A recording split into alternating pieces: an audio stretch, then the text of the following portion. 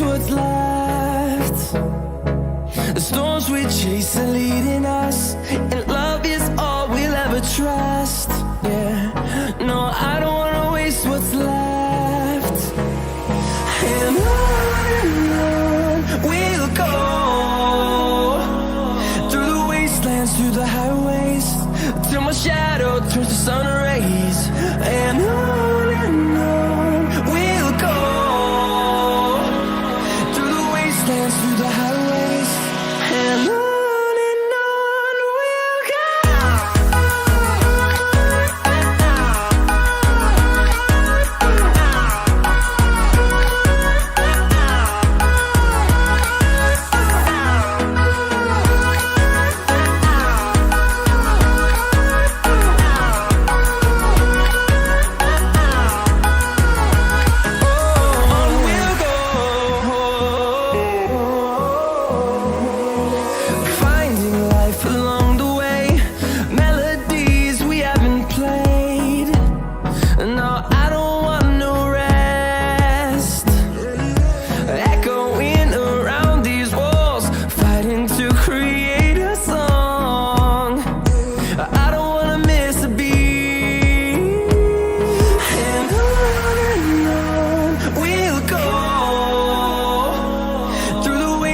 Through the highways, till my shadow turns to sun rays.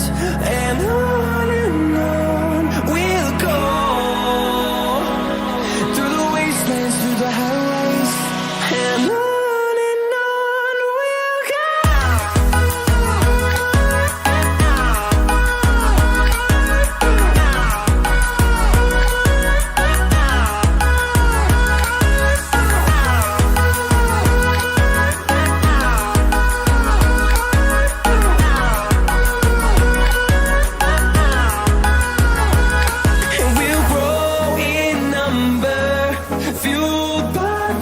See the horizon turn us to thousands, and we'll grow in number, fueled by them. To see the horizon turn us to thousands, and on we'll go,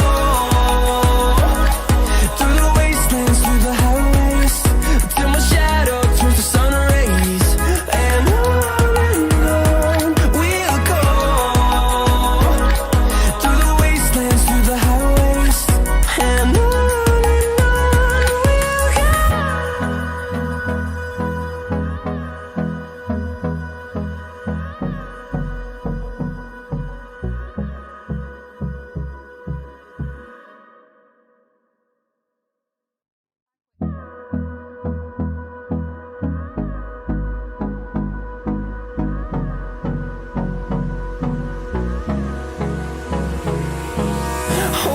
close till I get up. Time is barely on our side. I don't wanna waste what's left. The storms we chase are leading us, and love is all we'll ever trust. Yeah, no, I don't wanna waste what's left. And on we'll go, through the wastelands, through the highways, till my shadow turns to sun rays. And on we'll go, through the wastelands, through the highways, and on we'll go.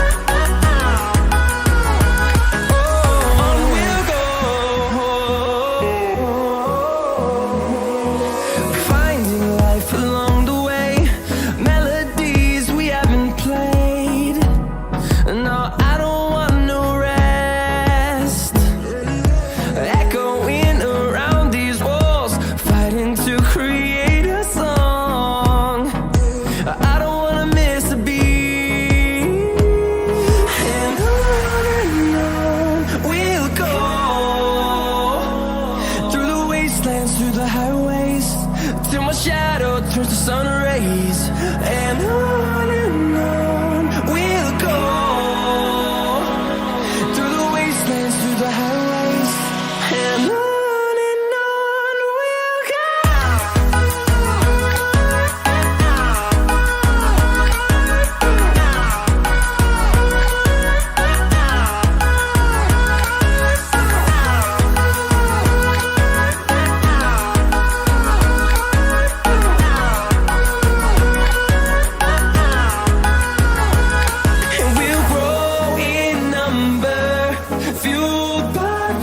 See the horizon, turn us to thousands, and we'll grow in number, fueled by them to see the horizon, turn us to thousands, and on we'll go,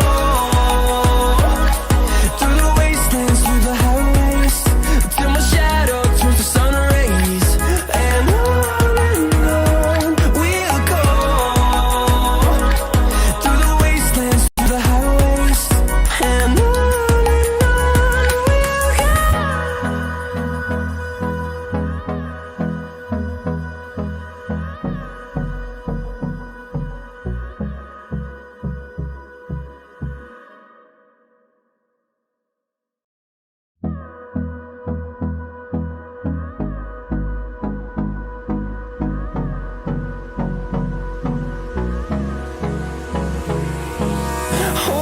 close till I get up.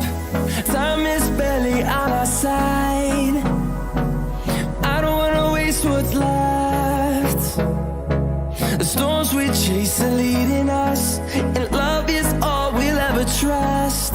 Yeah, no, I don't wanna waste what's left. And on we'll go, through the wastelands, through the highways, till my shadow turns to sun rays, and on we'll go, through the wastelands, through the highways, and on we'll go.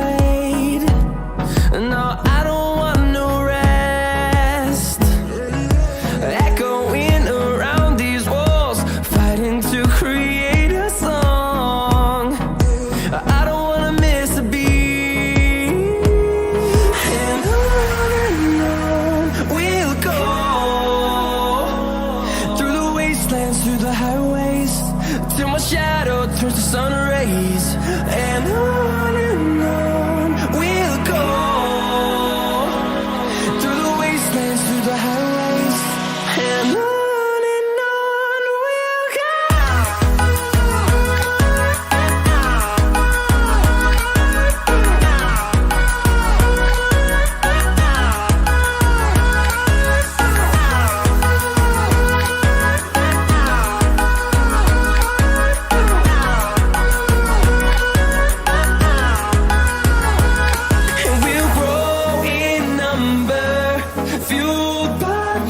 See the horizon, turn us to thousands, and we'll grow in number, fueled by them to see the horizon, turn us to thousands, and on we'll go, through the wastelands, through the highways, till my shadow turns to sun rays, and on we'll go,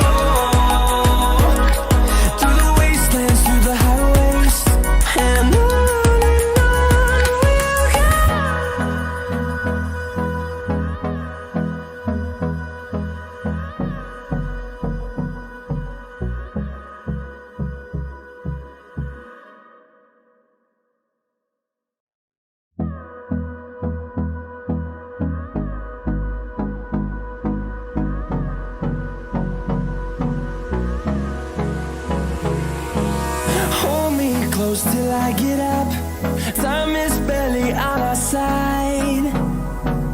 I don't wanna waste what's left. The storms we chase are leading us, and love is all we'll ever trust. Yeah, no, I don't wanna waste what's left. And on we'll go, through the wastelands, through the highways, till my shadow turns to sun rays. And on we'll go, through the wastelands, through the highways, and on we'll go.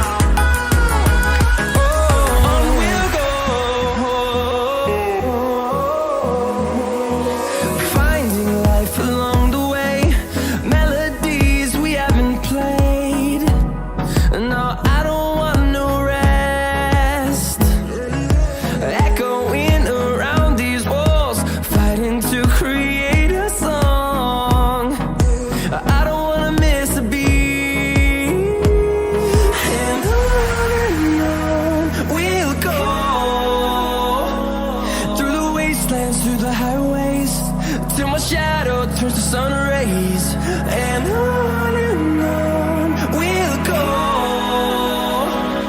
through the wastelands, through the highways, and on we'll go.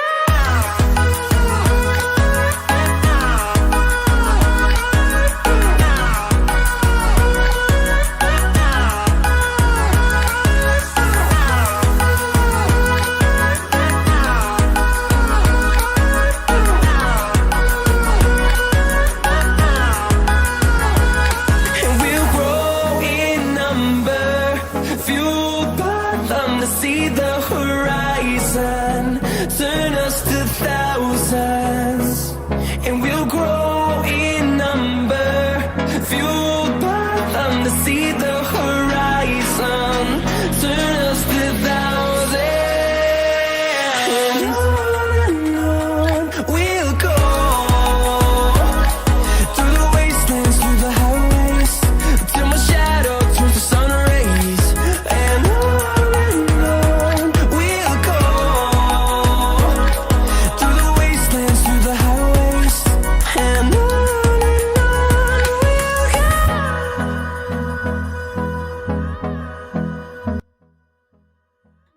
TVHead, are you ready to do this? Da means yes. Da means yes. Da means yes. Da means yes. I was counting in Russian. Один, два, три, try. I hope that we did some nice little advertising before this happened. Uh-oh. Put it on some Twitterness. Mr. Producer, did you welcome, ladies and gentlemen, children of all ages. No, not all ages, no. No, we should not allow children to come to our show. But for tonight, tonight we are live again. We're so happy to be here. We hope that you guys are excited to be here with us too. This is Nerd Vomit. And unlike the little title says, unfortunately Farah is not here with us today, but we do have the amazing TVHead, and he's going to chill with me tonight. I know that you guys all loved him last time, and hopefully we have a good show for you again this time. So welcome, TVHead. Thanks for joining us again. Thanks for having me. Of course, of course. Again, unfortunately, we our Salem, our other host, is not here. He should be back with us soon, though. We do hope for that. He's still spending time with his sister, so send out those prayers and those good vibes so that we can get her on the mends again. So, how are you doing tonight, TVHead? I am doing something, and I don't quite know what. You don't know what? What does that even mean? I don't know. See? We're right. Well, I hope that you're not, and I don't know all night long. Not every night, sorry. Every night. I'm not with you every night, even though, you would be a hoot. But for tonight, I hope you have more to say that I don't know. That's usually the question when someone asks me how I am. I don't know. You tell me. I'll tell you. You are fabulous. You are amazing. You are ready to do this show because, yeah, that's about it. I feel pep talked. Pep talk. Yes, you are ready and you feel powerful and you feel strong. Well, that's too much. Now I want to kill someone. I mean, we'll talk about that afterwards.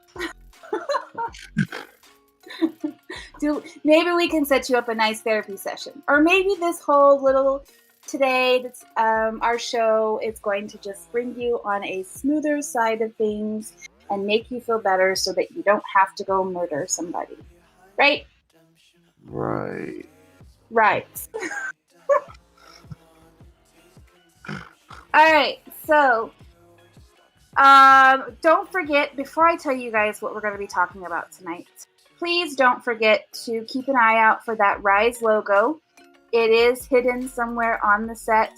Last week, I don't think we got a winner for last week. We didn't even have a show last week. So, I mean, that explains it. So, sorry about that. We had we had to take the week off. That's just how it is sometimes, So we're glad to be back. But tonight we are definitely talking about a few things here. TVHead, do you want to tell our viewers what we're talking about tonight? Robots and stuff. I don't know, like anything to do with really advanced technology, I guess, in movies, out of movies, like artificial intelligence. Some robots, some artificial intelligence. We're going to be talking about some virtual reality as well. Some games that are virtual reality games. Some movies that have virtual reality in them. Some TV shows that have virtual reality in them. We're going to be discussing, would we be surprised, or what would it be like if we were living in a virtual reality? Like this world could totally be just a simulation, Well, the question of what it would be like is, it would be like this. That's the scary thing. It would be like this. That's the scary thing, yes. Someone pointed out in this video that I was watching today that if it was a simulation, then there would be like a kill switch if somebody started figuring it out that there was a simulation. So are we really in a simulation since there's like people already thinking that there's a possibility we are, there's no kill switch. Where's the kill switch? Now, Matrix 2 and Reloaded and whatever, as rough as they were, answers that question and says the system figures out that it needs someone to figure that out, and it needs to fool them, and then it starts over again. I gotcha. Like, spoilers ahead. Like, I probably just spoiled it without a warning, but that's sort of kind of Matrix, as Neo finds out that the reality he came from might have also been part of the simulation, and that it's all just one giant cycle, and it gets smarter every time, the machine. So what happens? I mean, you could tell me about the movie because I haven't seen it. I want to know. Forever, and they're gonna make another one, so I don't know what the whole damn point of it is. But he's just some fucking business guy who's a hacker by night, I believe, and he's he gets like a message on his computer, like follow the white rabbit, and he gets taken to a club. Like Alice in Wonderland. Yeah, pretty much like Alice in Wonderland, but he's being taken out of reality, out of a virtual reality into reality, and being told that everybody's being used as batteries, which wasn't originally the plan. They were supposed to be used as CPUs, computer processors, but somebody in the production or the whatever room thought that that was too smart for people and they wouldn't get it. So it turned into batteries. I mean, I'm not sure that I understand the batteries part. It doesn't make sense because batteries, feasibly, if you took care of a battery, it could almost last longer than a person. Mm-hmm. But if it would suffice to say that they've made technology to make a body last exponentially longer. Mm-hmm. And then they would use the brain power, because like you could just get battery energy from anything. What's so special about the electricity we give off? Because it's not a whole lot. It's really dumb. That's what I thought. Same thing. I don't know, but I once did ayahuasca and I was tripping balls, and I thought that these little creatures were taking energy from my body. So something kind of like that. Those are the elves. You meant the elves. Oh, the elves. Oh, okay. It's a very common psychedelic trope or truth. Who knows? Like this might actually tie into all of to androids and all that crap is psychedelic crap, because of how geometric it all seems to get when you trip hard enough. So everybody has seen, like, this is kind of a thing that people all see? They call them the elves of the machine, the machine elves, gnomes. But people who trip often enough, people who are lucky, they will see this common thing where they're these little creatures that speak to you or show you things or hide in, like sprites. They're like like a tree will talk to you or something. And this sounds like the way I'm talking makes it sound like these things are creatures that exist. But it's just the way the brain reasons these hallucinations. But the question is, why do we all see the machine elves? Should be like if a lot of like more than one person actually sees this kind of thing, and like that's weird because when I was seeing these things, like I would, so on ayahuasca you actually like purge, right? So when you purge, you have like 20 people purging around you, which is crazy in itself. You feel like you're in a different reality in itself. But anyways, it's like this huge bonding moment, I guess. I don't know. But were you there was this, like on a metaphoric level, or are you talking about the puking that's involved? The puking. Okay. The puking. Imagine like 20 people puking at once. It's so crazy. Anyways. Oh, thanks. And it sounds animalistic. It's actually kind of funny. But anyways. Oh no. It's not funny at all while you're doing it. Trust me. But anyway, anyways, like multiple times. In person and out of person, not doesn't look exciting for everyone. Yeah. It's so I was purging. I like to say purge because it's a little lighter, you know. So I was purging, and there was a face in the ground, and it was like smiling and opening its mouth and like accepting my purge. And it was just like happy that I was like giving it energy. And then there was a part of my trip where I was laying there on the ground, and like these little elves, I guess what you've been calling them, came up to me and like with little wheelbarrows, like these tiny little, like not even inch tall little creatures were like taking energy from my body and like wheelbarrow. They're taking the bad juju away. I don't know. I haven't heard anybody talk about saying that word juju, if that's like some kind of like I was like an energy source for the earth. That's kind of how I was feeling in that moment. So you're telling me that you were puking into something else's mouth and it was just like, thank you. Is that what happened? So, okay. So that first part, yes, it was like... Sorry. I'm sorry. I have that very vivid image. It's very... I was going to talk about recursion. That's very recursive. Jordan is saying that we have an we have an in-house psychiatrist if we need to talk to someone. Oh, we do. I wonder who the fuck that is. I don't know, but yeah, definitely. I mean, I might. I mean, I don't know if this is like a crazy thing though. But anyways, yeah, this face. It was just like a face. It was kind of like a reggae vibe kind of face, you know. And he was just smiling, and he was just like so happy that he could drink my purge. There's some freaky people on the other side, I guess. Like, I think you go imagine he's one of the machine elves, right? And the other machine elves, like, He's the weird one. He's the one. It's like, oh, go let Gary do his thing. He likes to do that for whatever reason. There's nothing deep about it. It's just Gary likes to eat people's puke. Drinking it, man. He was drinking it. Every time we're back into like science and fucking boop op. No, it's the geometry. Like everybody who trips on DMT or other things hard enough starts to see very vivid and very precise geometry. And What is to be explained for what? How do you explain that when curvature and like circles and spirals and shit like that? It goes that. Yeah, the moment when the conversation goes that way. I mean, it's funny. I mean, when I've tripped on acid before, and you look up at the trees, and it's like that. You know, you have that geometry too. You start seeing the shapes, and you start seeing like, yeah, everything just makes sense. I don't know. On acid, you're like, find a way to tie this all into talking about let's find a way to tie this in.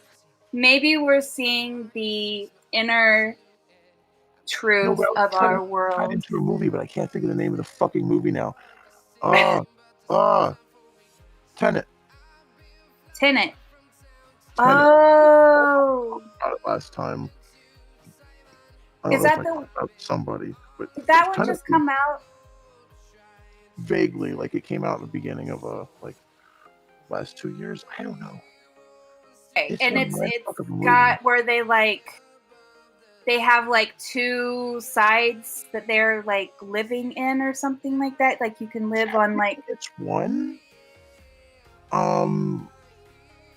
The red side and the blue side. I just remember that. They started to describe it as a radiation. It made slightly more, but even slightly less sense to me.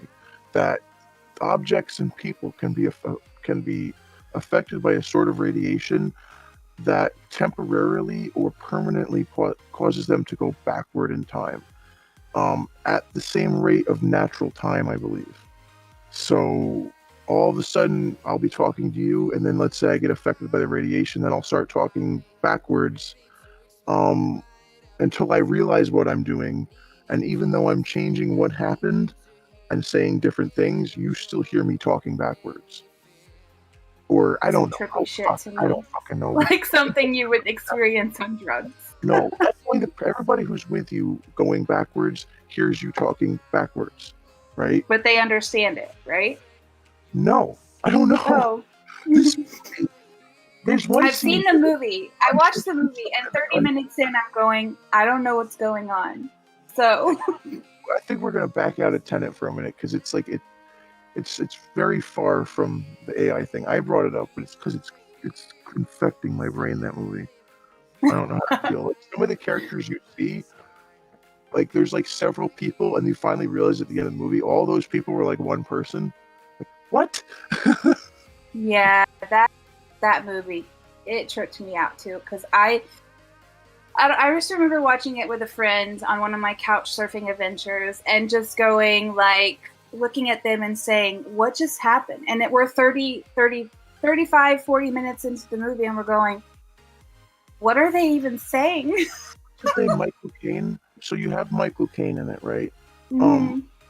You got Edward Cullen. That's what I'm going to call him, Robert Pattinson. There we go. We have Robert Pattinson in it. You have a vampire in it. They're the same fucking person. Watch it again. They're the same person. Who? The one with the keychain on his backpack. The one that helps the main character, whose name is Protagonist, by the way. Yeah, I knew that much. What the fuck are they calling him Protagonist for? Yeah, I knew that they were the same person. And that it connected. It pissed me off though. Well, what do you mean, Keychain Guy and his friend, or Keychain Guy, his friend, and Michael Caine? Keychain Guy and that Robert Pattinson dude are the same guy. Yeah, but he's also the same guy as the guy that Michael Caine is playing. That's all one person. Supposedly. No. Nope, incorrect. He's the little boy. He's the little boy. Mm. that you barely see any of.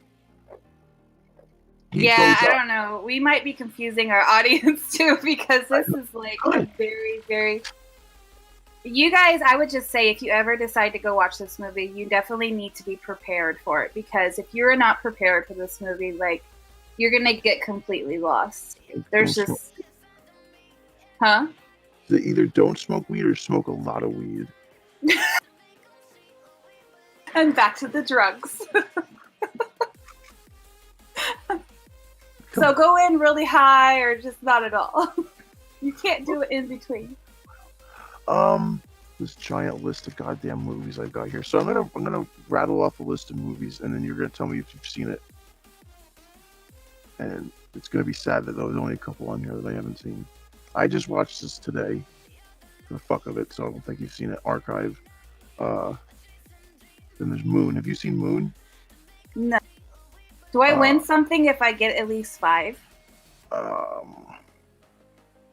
My ever expressive gratitude.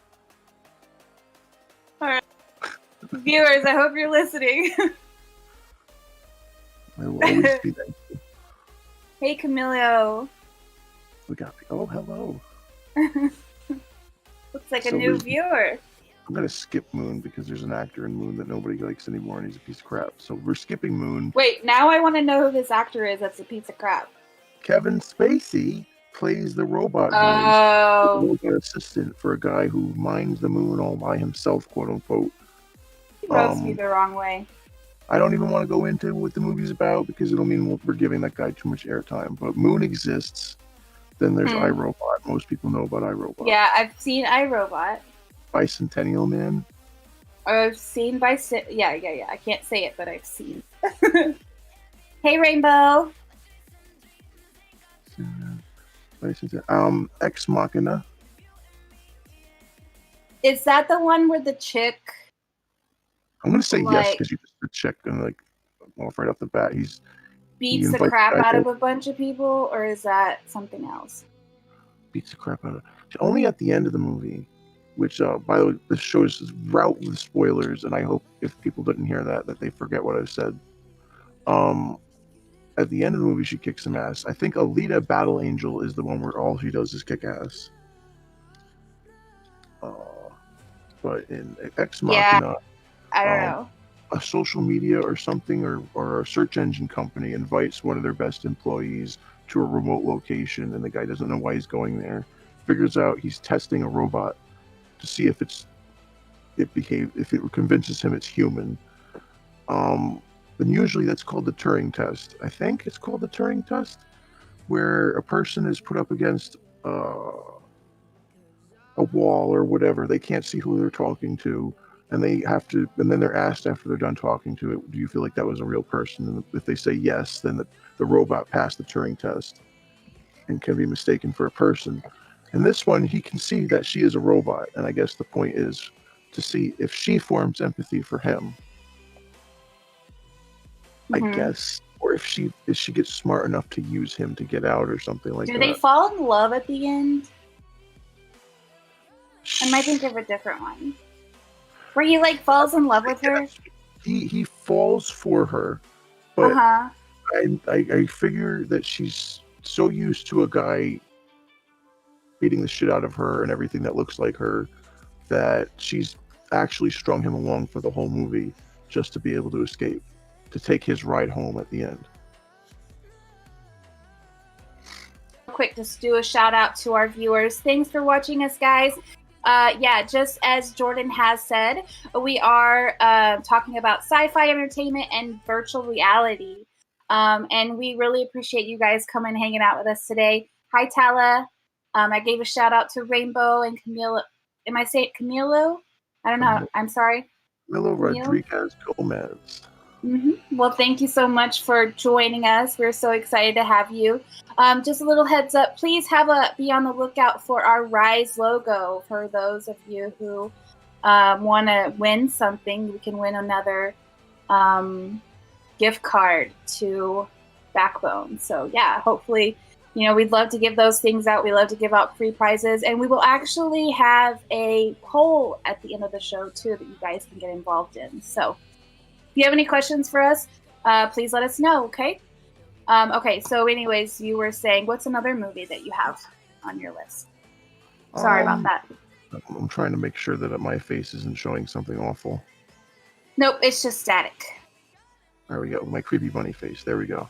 Static is the default, and then the face loads, and it's like, oh, great. Thanks. Nobody wanted to see that. Yeah. So there's Short Circuit. Most people know Short Circuit. Like, if you're... I don't know. Nailing the pronunciation. Short Circuit's got Johnny Fox. Was it you? That Short awesome, Circuit. What's that one about again? I'm trying to remember. I don't know the exact plot of Short Circuit, no matter how many times I've seen it in my life. I just know it's got Johnny Five, a robot that doesn't have legs. He has kind of like dump truck tread, not dump truck treads, like tank treads that he rolls around on. And folds up and down off of those. Oh, wait.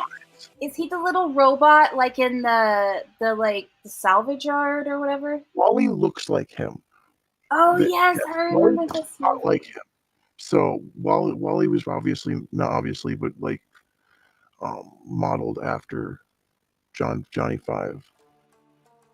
Okay. Well, we're glad, Rainbow, that this is something that's more up your alley. I hope you enjoy our show today. And Jordan, yeah, I'm right there with you. Short Circuit, he is so cute, that little robot dude. He's so cute. That brings me to Chappie. Chappie's in the same vein as those movies. Oh, who? Chappie. Chappie. You seen Chappie? I don't think so. I don't think I've seen that one. That's the same guy who made District 8. I'm going to say District 9. I don't get the number wrong. About the sort of crustacean, buggy-looking aliens that have to seek refuge on Earth in South Africa, I believe. But he made a movie called Chappie, and in that one, robots are used by police and military forces, and they look arguably cute, kind of like a extremely updated version of Short Circuit or Wally. And one of the scientists who's behind all the technology decides to create an algorithm that allows it to be conscious and think for itself and learn. And when he does it, like, people figure it out, so he has to like release it, or it gets away, and then the gang finds it, and it starts to get raised in the gang life, like by Diane Antwoord, the rappers from Ninja and whatever her name is from Diane Antwoord. I'm gonna keep saying that wrong. They are the gang.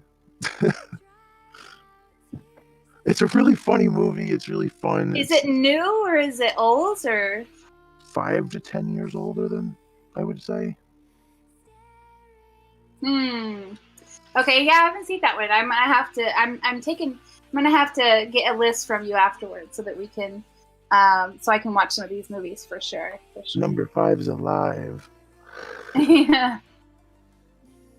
All right, so people know what I'm talking about. Let's see who knows what I'm talking about now. What movie does the character say, "I'm afraid I can't do that," David? Oh my gosh, I know. Well, viewers. Let the viewers. Because I probably will be wrong. I'm always self-doubting. Always self-doubt. He says, "I'm afraid I can't do that, David. Does anybody know?" I bet Jordan is probably, our producer's probably itching.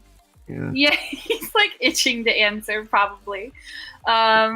Who does anybody know? We have.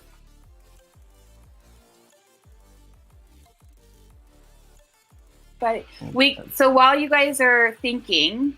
That's a big question.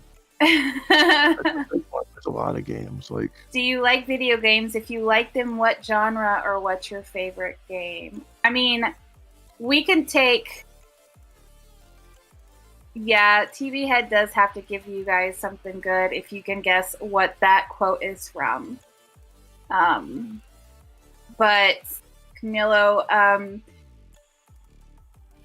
we are huge fans of video games, and my favorite is probably horror, even though I hate playing it. I love playing it, but I hate being scared.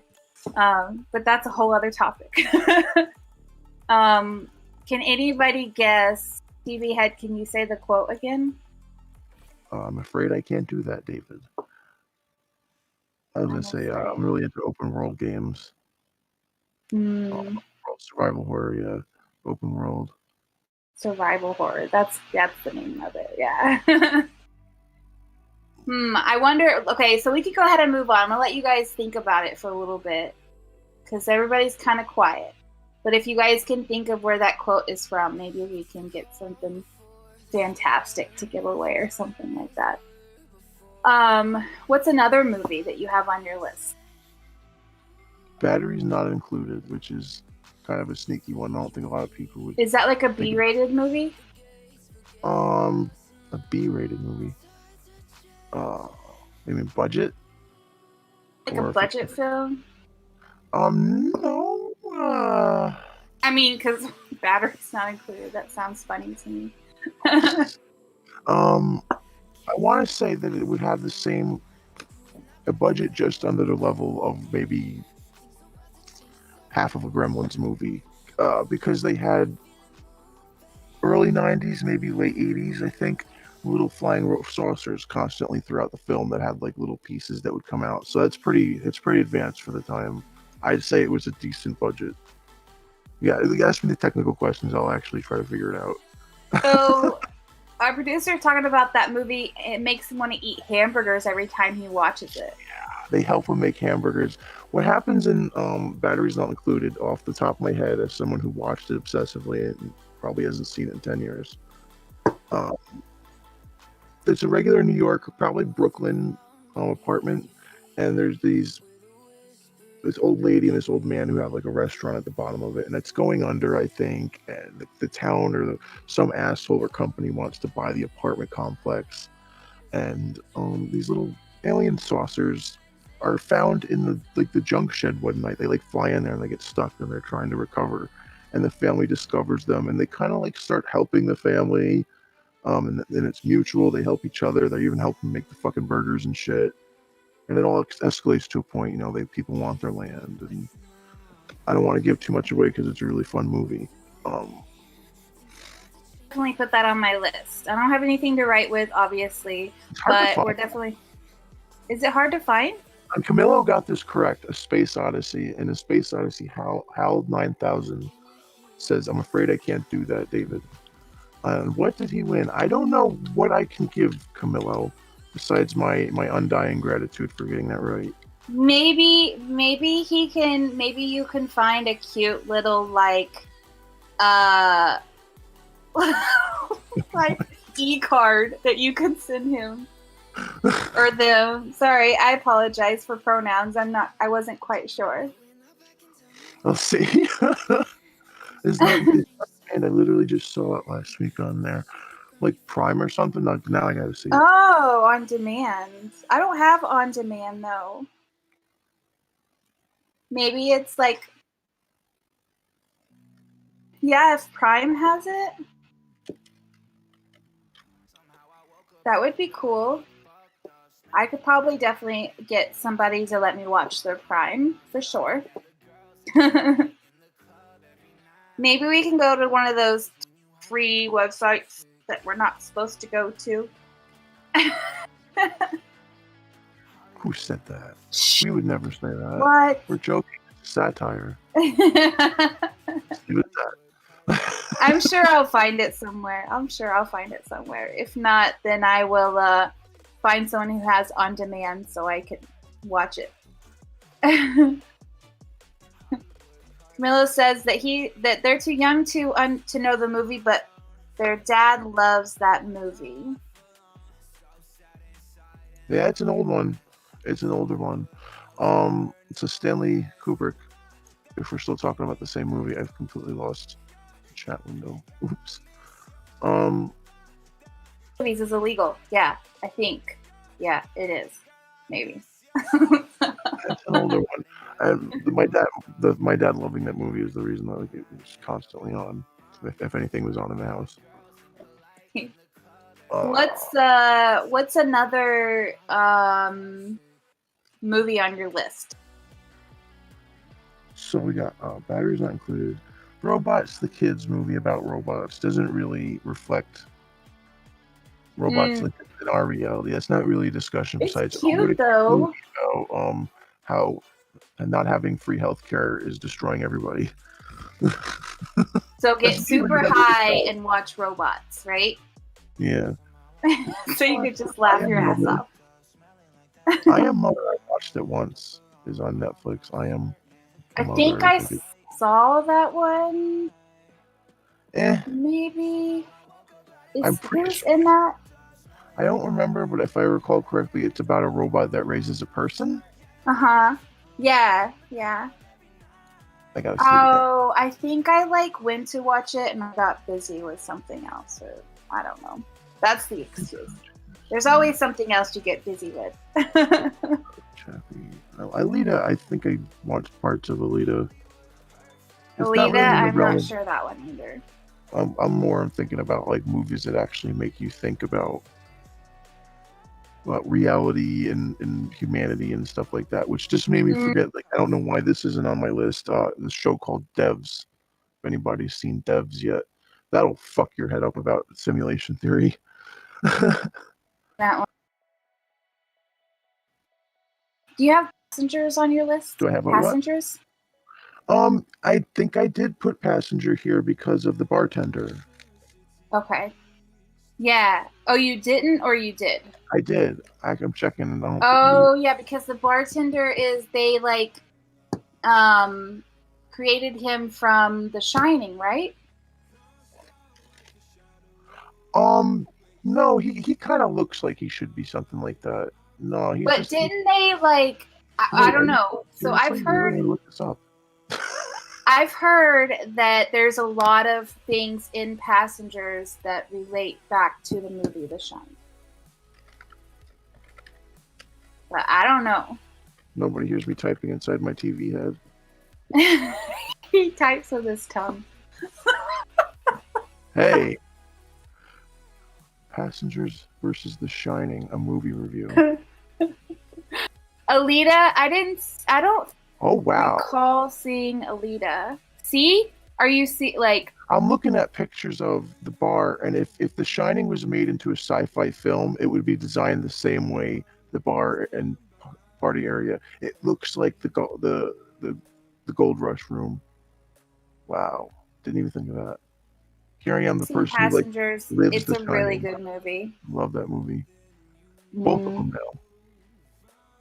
Passengers is basically, it's kind of fucked up what he does though. Would you be mad if someone woke you up before you were intended to, just so they wouldn't have to be alone for the rest of their life? Would you be pissed off at that person? If I paid a certain amount of money or went to a certain amount of school or did whatever I had to do or whatever everybody had to do to get on that ship, which right off the bat, it gives you a good reason to understand that even if she's not angry that she was woken up, she's angry that he's completely destroyed everything that she was trying to do and paid money for, because she gets better food than him when she comes out. She's on a totally different class level. How much did she spend to get on this fucking ship? And now she's just gonna. Actually, I don't want to ask that question because that might give it away. Well, we're in spoiler zone. We keep if that's true. Us, I'll give some airtime and pause for 5 to 10 seconds. Okay, so spoiler alert. Yeah, don't they figure out later that it would never have worked out anyways? I believe the ship hits an asteroid field. The reason he woke up is because it went into a storm where it hit an asteroid field and it fucked up. It shut the system down and the system restarted, which is obviously, it looks like it's built to be able to do that. But his tank short-circuited. What it does is it appears in this movie that when the system starts to fuck up, that it prioritizes the most important things and people on the ship, which is fucked up too. If you really watch, that's what it's doing. And it didn't, and he's the last priority. So he opens all the problems go to his ship, the power shortage, I guess. And later on in the movie, they hit another storm that fucks up the ship again. So if nobody was awake, no, that's just TVHead. Rizzo's behind the controls. Maybe we'll get him to talk one of these days. One of these days. Rizzo's our producer. He's the one streaming this. He's helping us out. He's filming this for us right now. Beep bop boop over there. And hello, thank you for coming and hanging out with us today. We appreciate you coming. Hello. But yeah, I think they weren't awake. They actually the whole thing would have been sabotaged. Marvel, I'm going to say I prefer Marvel, and also Marvel has a lot to do with the whole robots AI thing. Because Vision, Jarvis, who becomes Vision, Ultron. There are other things too, and if I used to be really crazy about Marvel, and maybe someone else can point it out, but there's other examples in the cinematic universe of robots. I just can't think of them. In the comic books? The comic books, absolutely, for sure. But in the movie, there's something else. Yeah. It's his TVHead voice. Yeah. It's not gonna pull anyone's chain. It's a voice morph, and hopefully it's not an annoying one. That's just your regular voice. I walk around, I sound like this.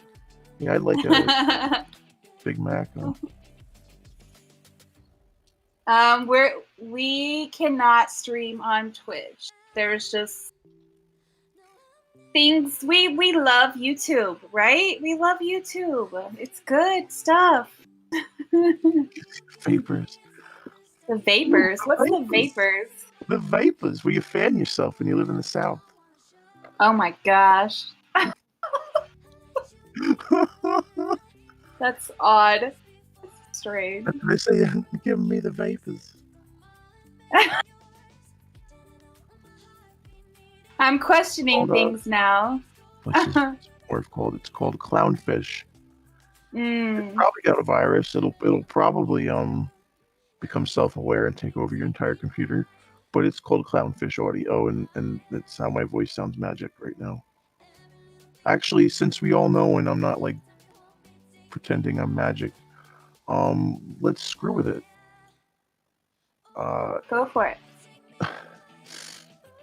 Very brief, because I'll like. Yeah. How does it sound? Oh, that one's better. It's better. Yeah, I like How it. Better. You would break the rules on Twitch. No. I think the content of what we discussed may. Yeah. Can you sing the Lollipop Kid? Oh, or Lollipop Guild? Sorry. We represent the Lollipop Guild. Is that the song? Oh, there she goes. I killed her. You okay?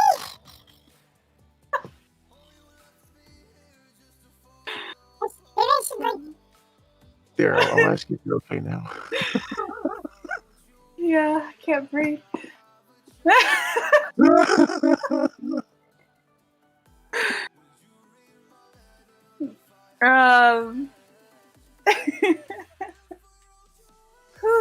That's it always kills me. It's so funny. I kind of want you to sing My Little Teapot now too. Oh God. I think it had an allergic reaction or something. Call 911. I'll do you one better. Where is it? Baby shark doo doo doo. Oh no.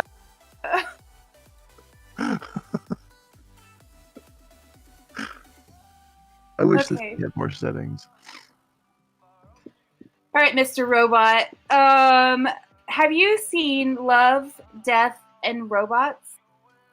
The question is how many times? How many times did I watch the one where it's basically Pokemon in a very dark reality? I like the one with the cats were like evil. Oh, the one by the end of the movie, like they're trying to figure out, like the robots are trying to figure out a cat, and they think it's gonna explode if it stops purring. Yeah. cracked me up. My And favorite then thing about that one is that each of those robots represents a different console. Like if you're yeah, playing a robot, like yeah, that was funny. There's I like. Well, of course, I think there are a lot of people. Well, not a lot of people, I guess. Not everybody would like this one, but I think it's funny, and the concept of it afterwards, like after you watch it, you're like, "What the fuck?" Is the one the sex one, and then you find out like what that woman really is, and you're like, "What the hell?" oh That's wait, funny. the one where the He's like in virtual reality. wait a minute, wait. Are you talking about the one where their ship gets lost somewhere in space? And then he's still sleeping, or he's like in Cairo still, or something like that.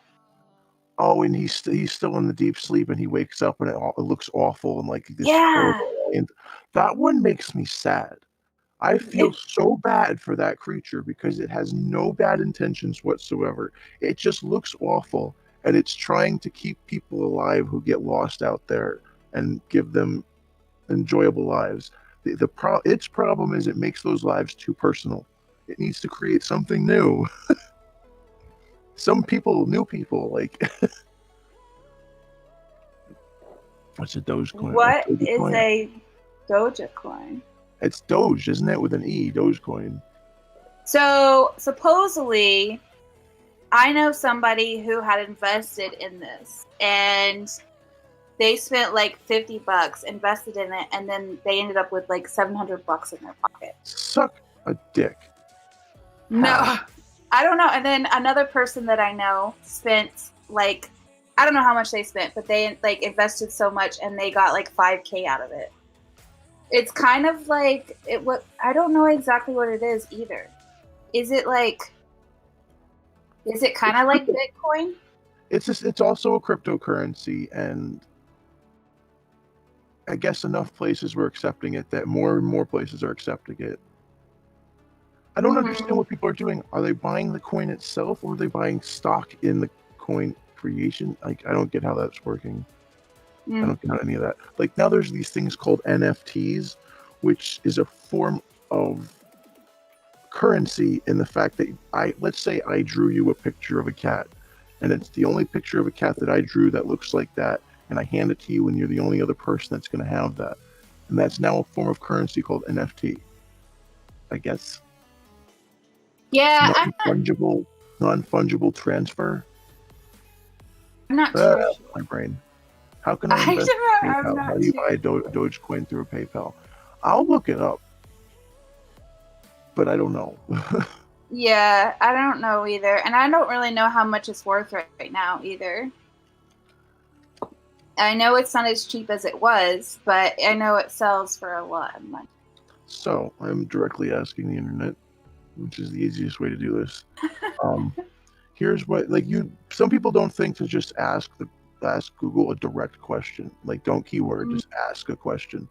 Here's what the new PayPal payment feature looks like inside the Coinbase app. You can spend up to blah, blah, blah.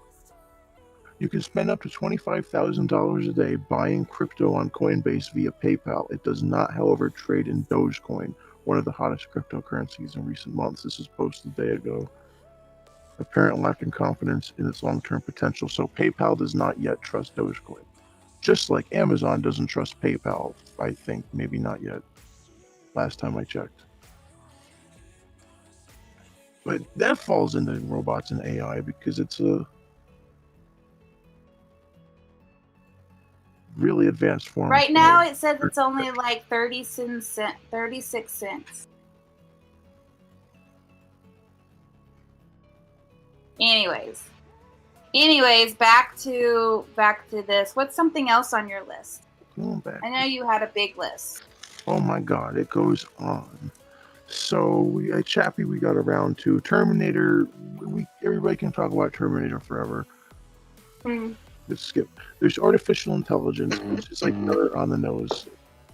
One little kid. They create a little boy. Like, they've been making adult robots for years, and now they make a little boy. So I don't know. What is it? Artificial intelligence. It's got what the hell's his name in it? He was the cutest little kid at the time. early The 00s. really pretty eye. Is he the one with the really pretty eyes? The like. Michael Osmond, who is a really cute fat boy now. Let me tell you, he's a young bear. He's a young bear. When I say young, he's an adult. I would say he's I don't know if he looks like he might be short though. The last place I saw him was a Kevin Smith. Like when you say bear, do you mean like a gay bear, or do you mean like a bear like a teddy bear?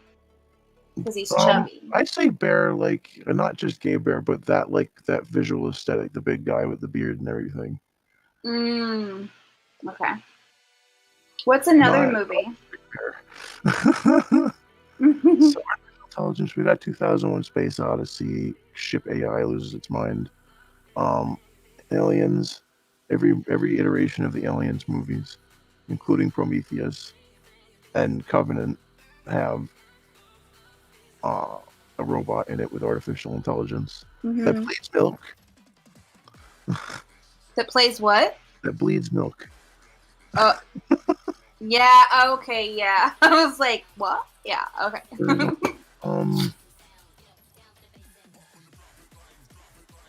RoboCop, but that's not entirely a robot. That's like a half. Blade Runner. I've never understood in Blade Runner if they're made out of machine or if they're organic. I don't get the replicants are called.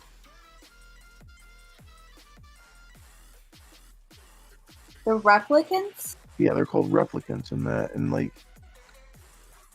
I just don't get if they're supposed to be like synthetically and organic, like the way they make cheeseburgers now and fake meat. Like cheeseburgers that last like 6 years? No, like the fake meat stuff that they just generate, like they print it. Like, let's say, are they created like that, or are they created like robots? Oh. I don't know. I don't know. What's another movie? Let's just go on. What's another movie? Transformers, and let's skip over that because there's probably shows dedicated to just that. The Earth Stood Still. I'm trying to remember if I've seen that one. The original's very old. The remake has got Keanu Reeves in it, and I think it's post 2000 something. Is that the one with the giant alien robots? Yes. And the new one has Mark Wahlberg in it? If anybody knows, this is going to be a real throw, but I believe in The Day the Earth Stood Still, the character, the giant thing's name is Klaatu, or the dude's name is Klaatu, and the other one's called Niktu. But the order to like fuck up Earth to do it is Klaatu, Verada, Niktu. But what other movie was that line in? If anybody gets that, it'll blow my goddamn mind. It's not a sci-fi movie, but someone else has to say Klaatu, Verada, Niktu. And they keep getting it wrong. And if anybody knows what that's from, I'll be so happy. No idea. All right, you tell us then. Tell us, because I want to know. It is Army of Darkness, and it's Bruce Campbell playing Ash. He's told he needs to bring the book to the cemetery, and he needs to say the words correctly. And he kind of doesn't do it perfect, and might have fucked something up. And that might be the reason we have Ash versus the Evil Dead, the TV series decades later. Like worth a watch party? Fuck yeah. I watched this series over. I leave it in the background. I work and I leave that in the background. There is a scene, let's jumping away from sci-fi, where Bruce Campbell wears a corpse, what's the word? I should not get high. Post-autopsy, a word I should know. Post-autopsy body as a hat. He wears it as a hat. He wears the body like a hat?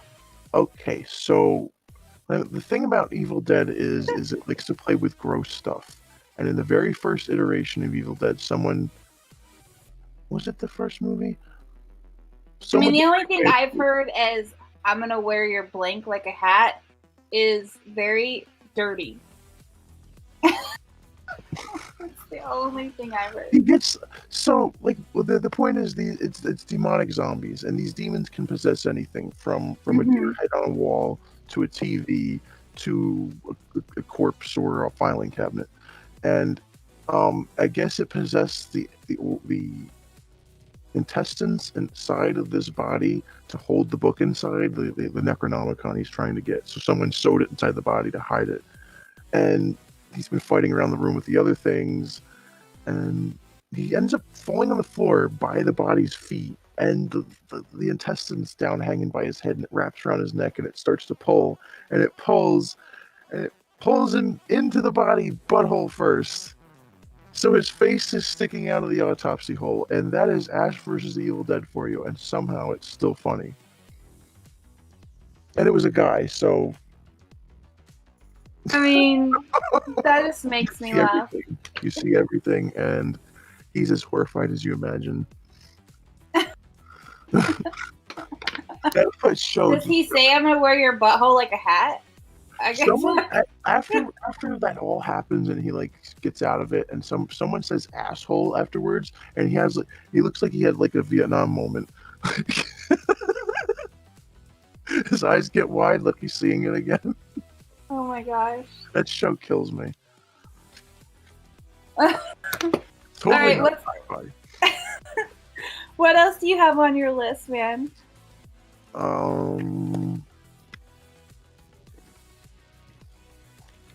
Bananas. Bananas? Bread, bell peppers. No. What? Deadly Friend. I'm just being an asshole. Deadly Friend. It's a horror film / sci-fi robot thing that is both parts hilarious and terrifying. Killing our viewers, our producer. You're killing our producer with your commentary.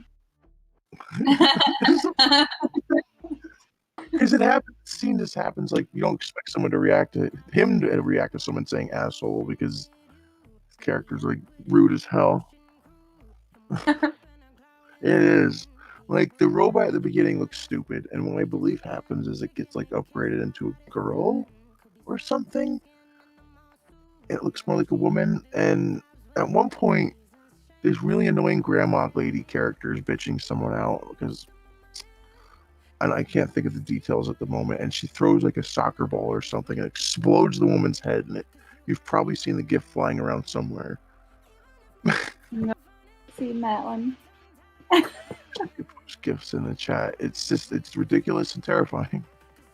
I'll have to check it out after. That's what I think of when someone mentions Deadly Friend. What's the real with the robot dogs? I think they're high-tech security dogs that go evil.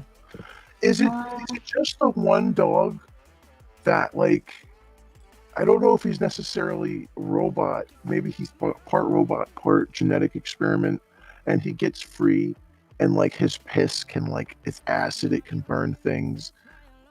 He's like a Saint Bernard or something, or a Rottweiler. Oh God, what's that movie called? Man's Best Friend. Let me see. Like, how old are we talking here? Early 90s, late 80s. That's crazy. I don't think I've ever heard of that one. Robot dogs. 1993, a genetically engineered dog escapes from a science facility where it was created, and the family takes it in like a normal pet, and it's protecting them like a weathered hitman. It's really good. It's one of those movies I used to like to watch a lot. It's like, what is it called? Kick, basically. It's called Man's Best Friend, 1993. Oh, okay. I'm sure someone else stole the title. Maybe so. Some people were digging on Beethoven. I was digging on Man's Best Friend. What we got here? Did that show Humans? I don't know if there's 2 versions of that show or not. Just I show haven't seen. I don't think I've seen Humans either. If you've ever seen AI, then you've seen Humans. It's just like imagine they're fighting for their rights without constantly getting their asses to party. They're fighting for their right to party. Yes, some of them party.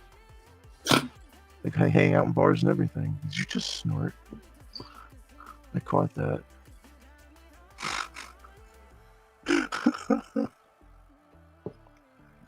Man best friend in a fight with Cujo. Who wins? Man best friend wins. Hands down. Yeah, robot dogs win all the time.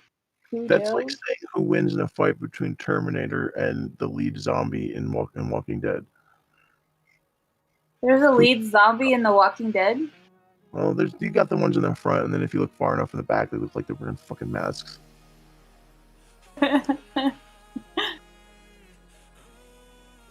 That's funny.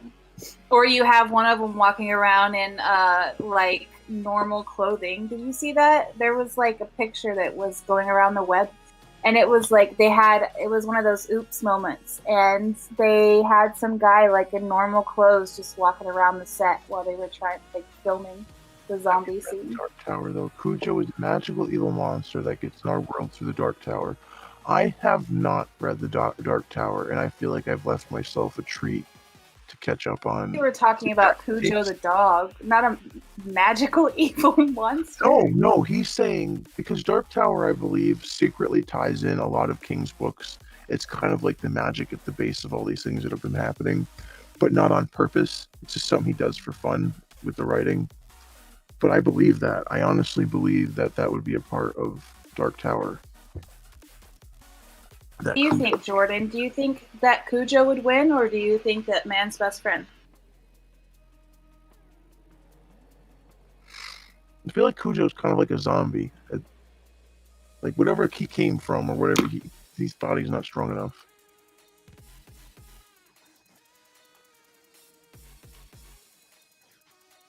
No.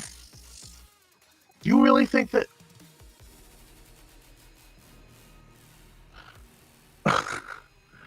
I'm sorry, I got lost because I'm looking at the chat and my brain's trying to figure out what I want to say. It's good that we're, help. Like we want the chat involvement. We love chat involvement. So.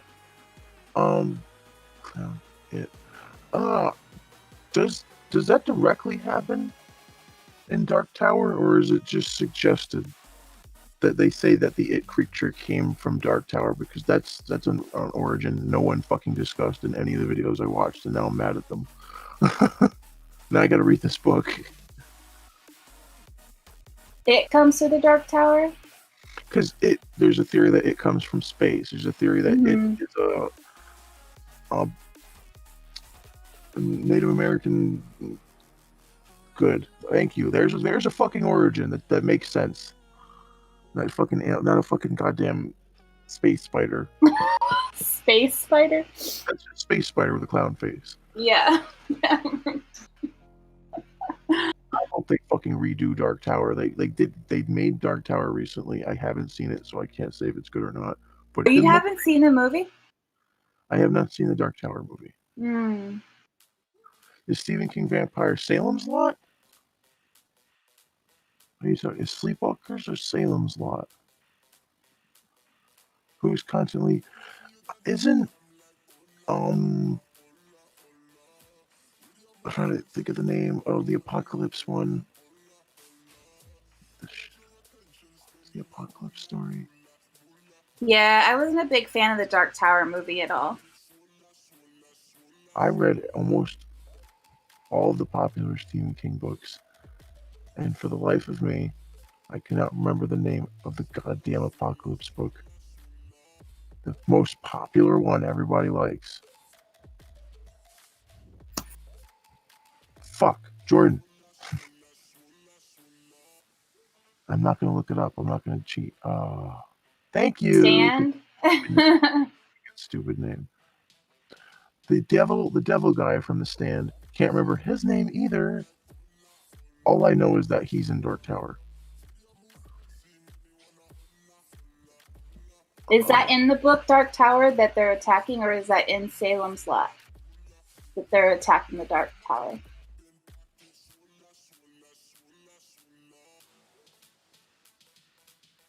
I wonder if they're going to tie the Dark Tower into Castle Rock. It's in the Dark Tower books. Oh, okay. I haven't read those books. I've heard they're really good though. Did you see the Castle Rock series? No, I didn't see that one. It makes if you ever enjoyed, like, especially the second season, if you ever enjoyed watching Misery, it adds such depth to it, even more depth to Misery. Oh, really? If you watch Castle Rock, or if you read the Dark Tower book? Sorry, there's like Castle Rock. Oh, okay. Yeah, it's a prequel. I think it's pretty much a prequel to Misery. The Dark Tower. I'm confused here because there's like two different things going on here. I'm talking about Castle Rock. You're talking about Castle Rock. Okay. Randall Flagg, yes. Randall Flagg. I think Randall Flagg is in Dark Tower as well. I mean, I guess it's not really sci-fi that we were kind of. I mean, I guess we're touching base on sci-fi, but we were Yeah, I mean, I can mention the Langoliers. How wide a variety of sci-fi are we discussing here? I guess if we keep trying to stir it, and when it's on a roll, then it's just gonna stop us. You know, because you could argue that anything of horror is sci-fi because, like, it's science fiction. Like Frankenstein is sci-fi. Right. Body horror, cosmic horror. Dan, welcome to the show. Thanks for watching us. And yeah, for sure. What a bastard Randall Flagg was. Him and his jean jackets and mullet. I remember that. Do you think there's a fine line between the sci-fi and the horror, as you were saying, or do you think? I think the line is there context to what's going on, and is the context magical, or is it trying to reason that some feature of science has caused what's happening? Frankenstein, Jason, like Friday the 13th would be flat horror. Freddy Krueger, flat horror. They say it's a dream spirit that caused it. The Thing, cosmic horror, which counts as sci-fi. Right. Yeah, that guy made mullets scary. Randall Flagg made mullets scary. I don't know. Then that's a real statement. I'm not just trying to be funny. Like, he somehow made somebody with a mullet might have more of a presence because of this character. Yeah. What was the fine line? I'm trying to think. Like, as a character, you would say that anybody who has a mullet would be a terrifying character? No, I was just saying, usually you'd think they're funny looking or kind of out of date or something, but now because of Randall Flagg, you kind of maybe this guy thinks he's the devil and I should be a little nervous.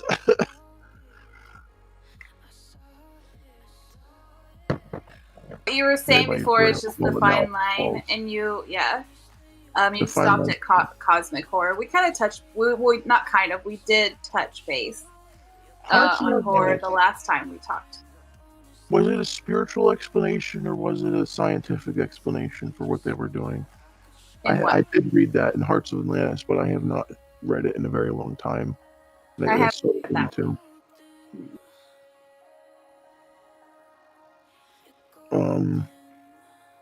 The Thing, it's cosmic sci-fi. Event Horizon is a weird line. It's where the line starts to get real fucking wiggly. Because Event Horizon is just something anybody who likes sci-fi or horror or whatever. It's a good movie, though. Who does lots of horror movies. Because it's a scientific explanation, and that gets pulled out from under your feet, and you realize, is this really hell that they're interacting with? Does it at the end pull together? I can't remember. It's been so long since I've seen the movie. Does it in the end? Does it pull together? Kind of explains it? That's what makes it cosmic horror, because really the only explanation is whatever we just saw was horrible and we have to leave. That's what the essence of any cosmic horror movie is. Like, I don't get what that is, but it's bad and I need to leave.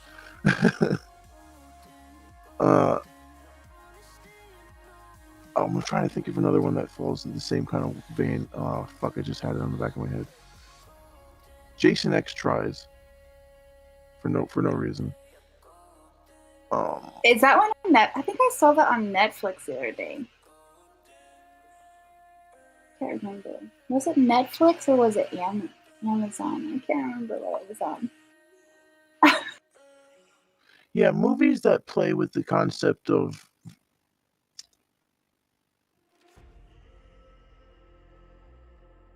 anything beyond our universe that we don't understand will look like magic or psychedelic.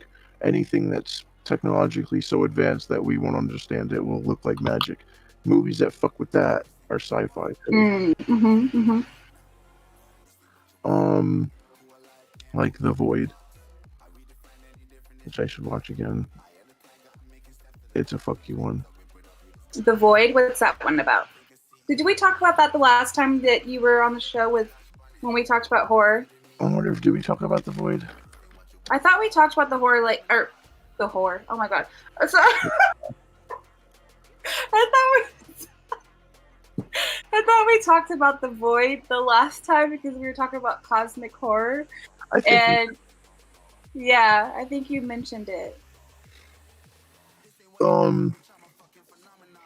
World's End, Star Wars was a given. Toys. I wonder if anybody's seen Toys. Toys. What's that one about?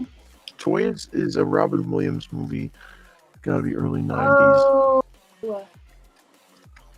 Keep talking, because It's about a guy who runs this. It's like a Willy Wonka type archetype character played by Robin Williams who runs this toy factory, and they're trying to make it all corporate, militarize it, like use their ingenuity and organization to help a military program or something. And then they build this whole room and all these kids are playing video games that are like drone shooting.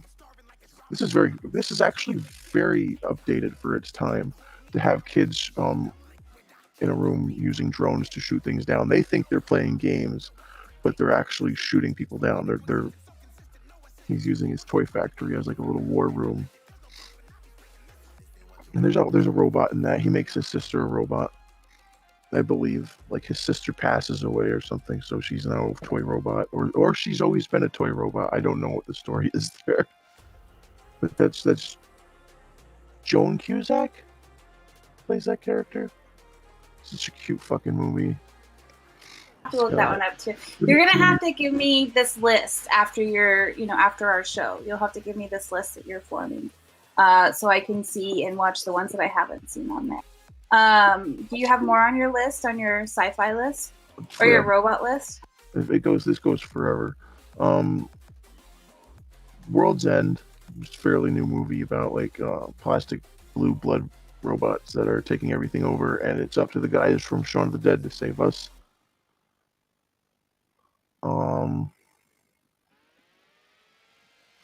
I have to see Ender's Game.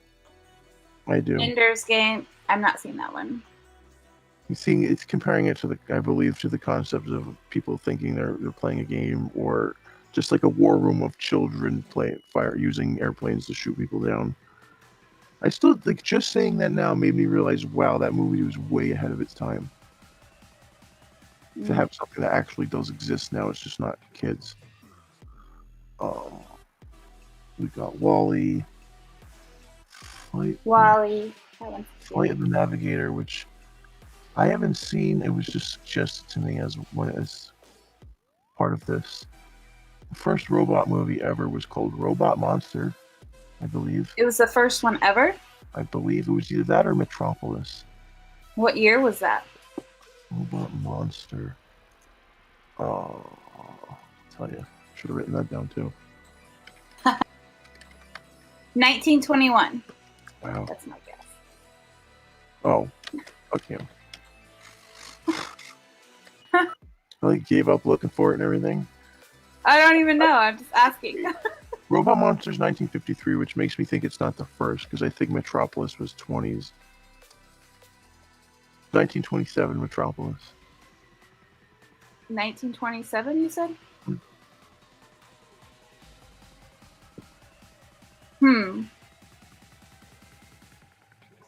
I like this robot movie game that we're doing here. Okay, what's another one? Because I have not seen these movies. Not all of them. I've seen some of them.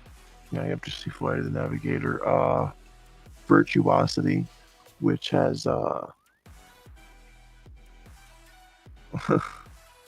Fight Around the World.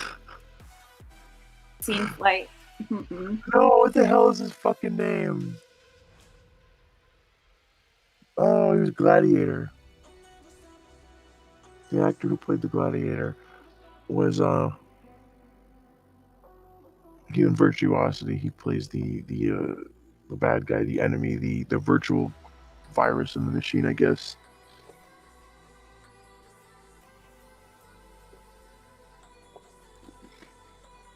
I forgot Johnny Mnemonic. Big Hero 6 is on my list too. It's got Baymax. Is that a newer one? Big Hero 6 is a cartoon Disney movie. It came out at the same time I think Frozen did or something. So it didn't do well at all. But it's a really good movie. Yeah, Russell Crowe. Making movies, fighting around the world. Woo-hoo. That's a South Park joke. I wouldn't know South Park. I'm not a South Park fan. That's a topic for someone else. Johnny Mnemonic, yeah. Like, I don't know if they just said this, and I completely forgot I just said it. But I was trying to say if anybody would have guessed that Keanu was in a completely different movie about virtual reality and technology shit. Johnny Mnemonic. Oh, okay. Again, another movie I've seen a lot that I can't explain. Is that a virtual reality movie? Technically, it's like they use the internet, like the virtual reality version of the internet to solve crimes. A data courier, literally carrying a data package inside his head, must deliver it before he dies from the burden or is killed by the Yakuza.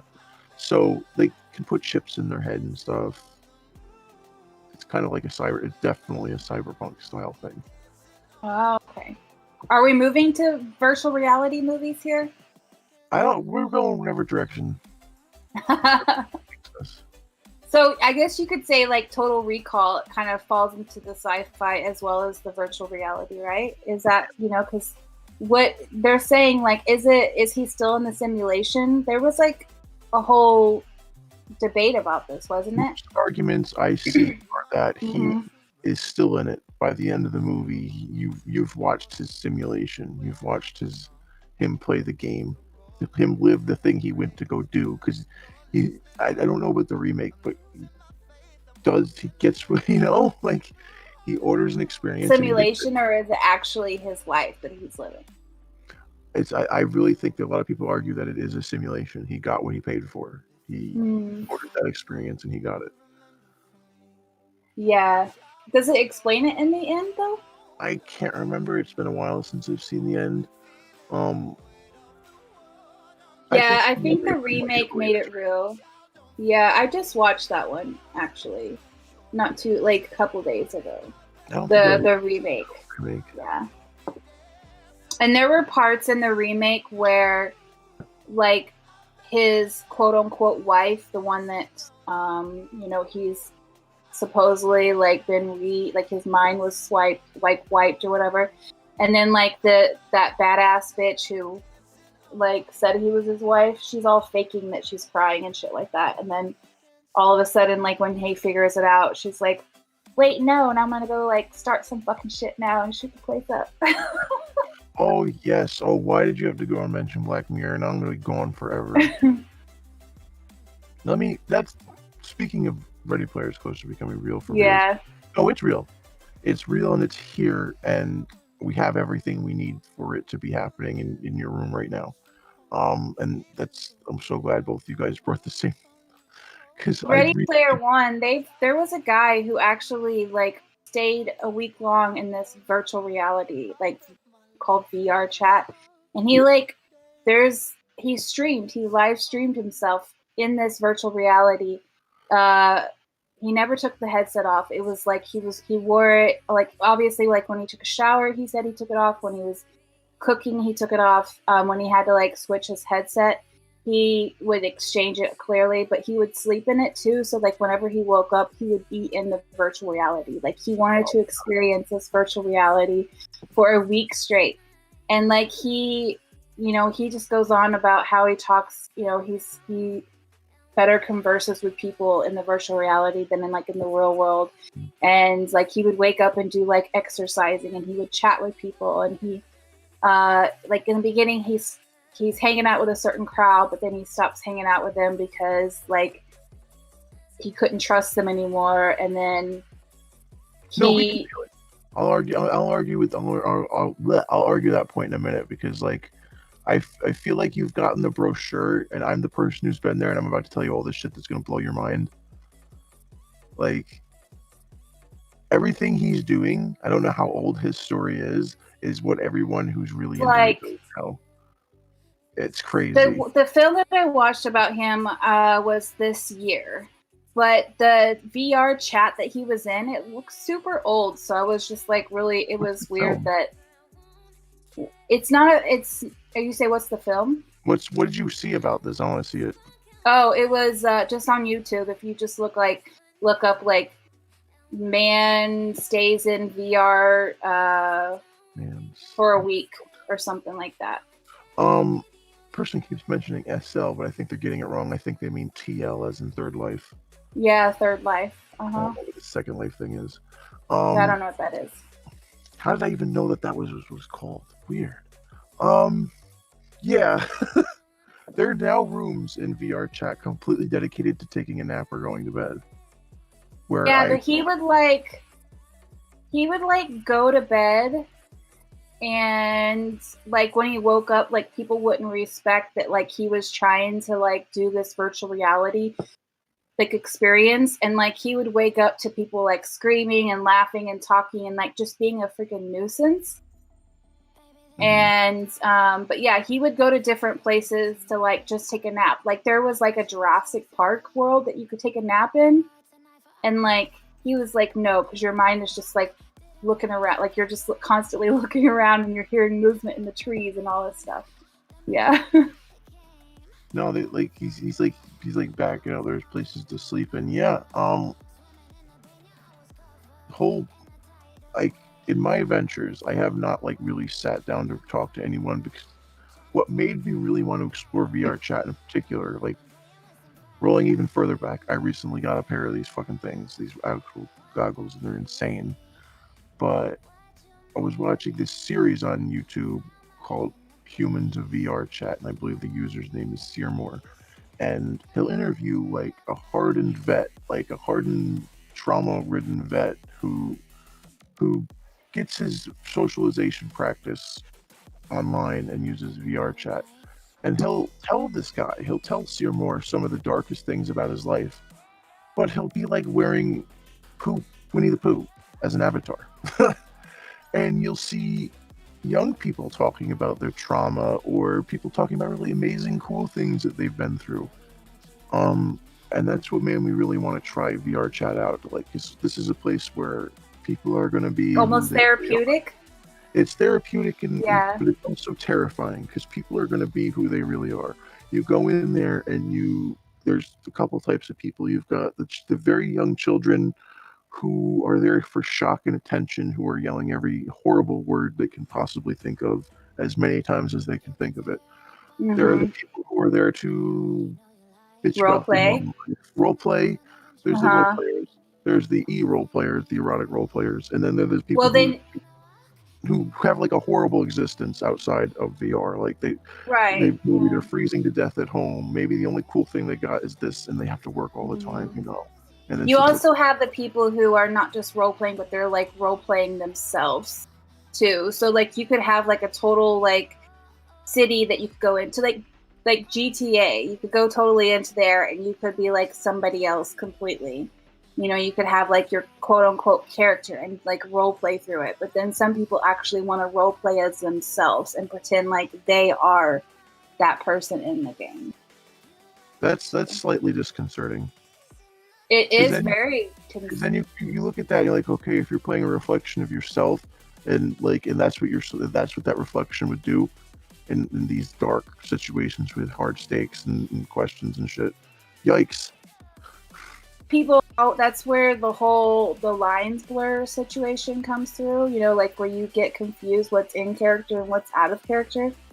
Totally the same. Like that's why when you should never roleplay yourself, because then like you get butthurt about things easily. What if someone's roleplaying us right now? There's no way. We're like, no, I don't believe in that whole simulation. What if we're just an avatar that someone else is like running on a computer or something? There's no way. I'm totally not an avatar. That's no. I'm not gonna like that would be too. I'm totally not getting high as shit in this massive square on my head.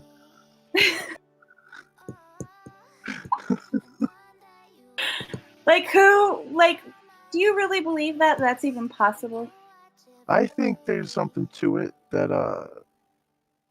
if you look at it in a spiritual sense, maybe there's one player running all of us at different sessions at the same time.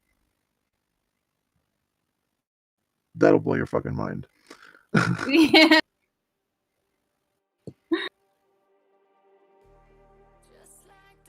Yeah, that's crazy. That's the God theory that we are all, that the only reason and way God could exist is if it knows and has experienced everything, and for that to be possible, that would mean that it has been everyone. So you're basically saying that some dude is just playing puppets with us all. Yes. Like that fucking Harry Potter shit that was on early YouTube, like. I mean, I don't know. I don't know if I believe all. What if you accidentally like kick the plug? You know, like what if you trip over the cord somewhere and then like? How do you know it hasn't happened? How would we know it happened? Right. Your computer. Let's say if the simulation's only designed to work and there's no protocol in place for if it shuts off suddenly, other than it just goes back on like nothing happened. You turn your computer off. You turn it back on. It doesn't know that it was off because it's not built to understand that it was off. So maybe it does know. My computer has feelings. I think mine does sometimes too. It reacts to my reaction or my action. I saw Elon Musk come up a lot when I was doing my brush up. I'm really into simulation theory and AI and robots. But I did a brush up today, and I saw his name come up a lot. And Elon Musk is cool and everything. I fucking love SpaceX and shit. I didn't look into it because sometimes I kind of feel like he isn't the figurehead. In-house psychiatrist, just say the word. Sometimes, man, I really wonder. Yeah. If none of this is real. Rizzo's gonna come to us after this and he's gonna be like, so guys, I think we should have a talk. Let's go to the couch. Back to this virtual reality though that you're talking about. There's this new, or I don't know how new it is, but it's new to me because I just saw it today. But it's a virtual reality like system where you put on a vest and you can walk in it and you can like move around and you can run, you can walk backwards. It's like a treadmill, kind of. The treadmill exists. Mm-hmm. There's things called haptic feedback is a name for several types of things, I think. Tactile, haptic. Yeah, haptic feedback is something your controllers can give you through vibration, but you can also get like a vest or they probably obviously your stuff that will vibrate and wherever you've been struck. Like on Player One. Like that exists. Yeah. And then there are additional trackers. Like some VR goggles can track your movement. I don't know if it's just. Do you think that there's like something out there right now where you could like get a chip placed inside you where you could actually smell the things around you or like feel the things like the warmth or something? getting a chip placed in you, that's an Elon Musk wet dream right at the moment. He's talking about Neuralink and how we'll be able to link with computers and our devices and each other, as far as I understand it. But Well, they have the movies now, like in certain movie theaters. I don't know if it's down at Pink's. I don't think so. I don't think he's got that upgrade yet. But in certain movie theaters, you can watch 4D movies, and like the chairs moving, and like it sprays like whenever there's like a flower or something like that, it sprays I've been to a scents. 4D theater, yeah. And you can like smell the scents, and then like whenever there's like wind, you could feel the wind on your face. That would be more expensive than a printer system, I think. It's not that expensive though. If you were getting a chip put in your head that just made you the chip. No, two ways here. If you get the chip put in your head that makes your brain give you the experience of smelling something that you know, probably thousands of $1 million surgery, whatever. Getting something in the goggles or in your home that triggers a smell in time with what you're seeing in the right recipe and amount is going to be as expensive as buying ink for a printer, because it's going to be cartridges. It's going to be something that releases a vapor or something into the air. But he said, "Here's I want my Matrix steak too," and it made me think of when I wanted to pose a really mind-boggling philosophy question that is often co-opted for religion. When someone goes, "Why would you need a Bible to tell you not to kill someone?" And my duck just snored so loud. That the duck is so. Anyway, Rizzo is saying, "What's the movie theater that does everything 3D? Like when you buy a movie ticket, you can get it regular or the 3D version. I can't remember what it's called. I don't know what that is. Is that what I was just talking about? Like the 4D where the chair moves and it's all like a simulation that you're like in? A lot of theaters now, they just offer 3D versions of films, and that's a completely different theater. But what I think he's talking about is IMAX,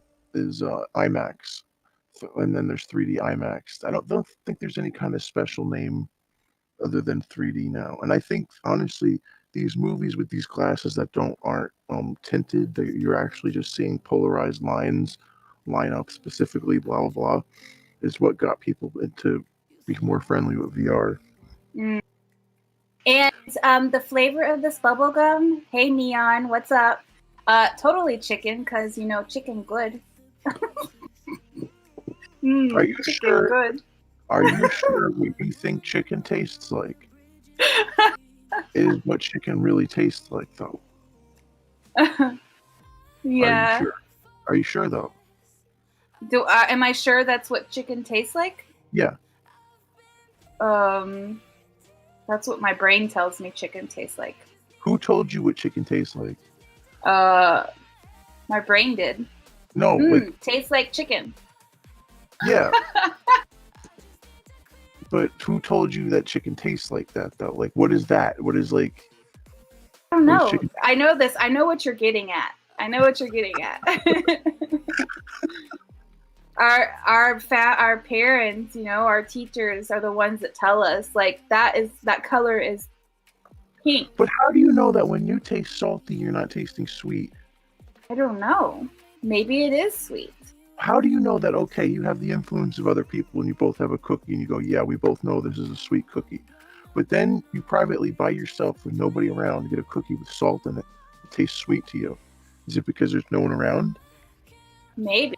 I mean, or you just have one of those yummy chocolate sea salt cookies. Oh, the caramel with sea salt. Oh. Yeah, those are so good. And actually, my bubble gum is not chicken. It's guess what flavor it is. Who decided it was even a chicken? The most magical creature. Who knows? And it should be for bacon to be tasting so good. The dog is so fucked up. Like, they're so smart and like, wow, dude, you taste good though.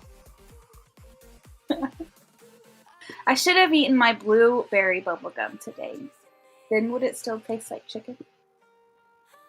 Blueberries aren't blue. What color are they? They're like a shade of purple. No, they're like a dark blue. What color is a raspberry?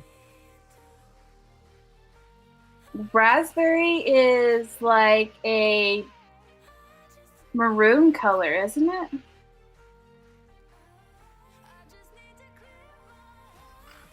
This fucking chat. Yeah, I'm trying to like skip over that.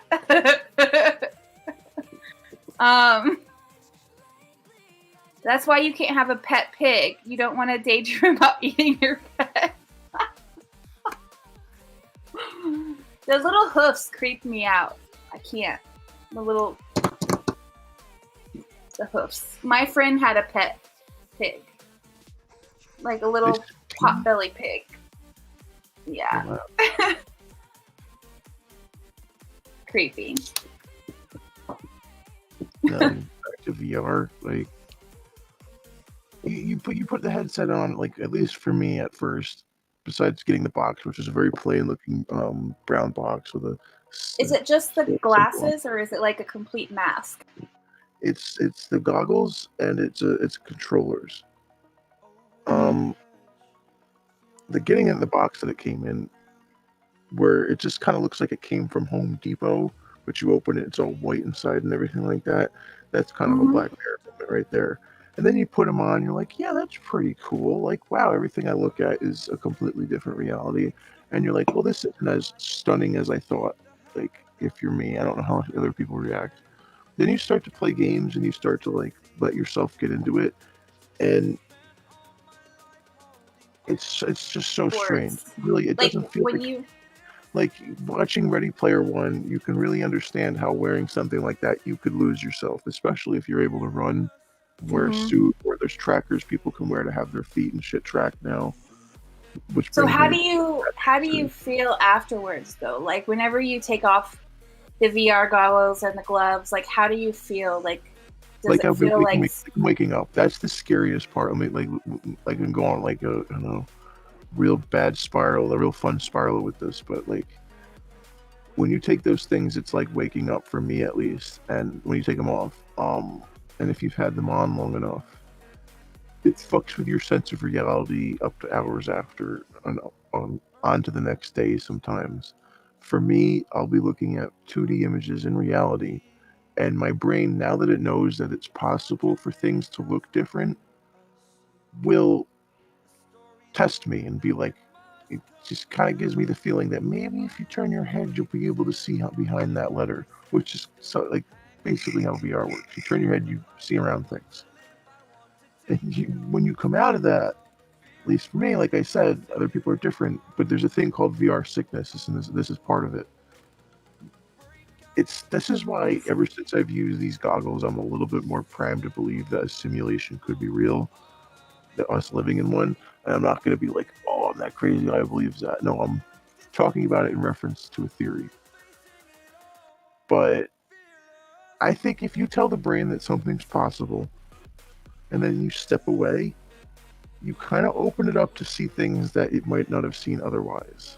And not to say that there's something behind those letters, but literally there is. Like you close the window, there's stuff behind the letters. But are you getting this from that TED Talk that you watched? I didn't finish watching it. I didn't finish watching it. I need to watch it again. But it's weird because like there was this episode of South Park recently, one of the vaccination specials, where they get real meta and fourth wall breaking, and it becomes Mr. Garrison doesn't realize it, but he's interacting directly with the animators and the creators. You don't see them, but they're doing stuff to the world and pointing themselves out, like saying they're there. And at one point, they turn the cartoon on its side, and it's just a bunch of lines and layers that you can see. And that's what VR does to your head, is it tells you, like, if that can exist, then it might be there. At any given time. Like, well, they have gone so far as to, like, recreating like even loved ones that have passed away. You can like recreate them and you can like revisit them. I've seen videos of this before. If you guys ever get the chance to like YouTube some of these VR like survival horror games are freaking hilarious too. Just watching people get scared. And they have the VR the rides at like Universal Studios too. There's like, have you done those before? Yeah, I've been meaning to, but I have gone on a roller coaster that was just like fucking Nintendo 64 level graphics, but it was a Jurassic dinosaur style thing.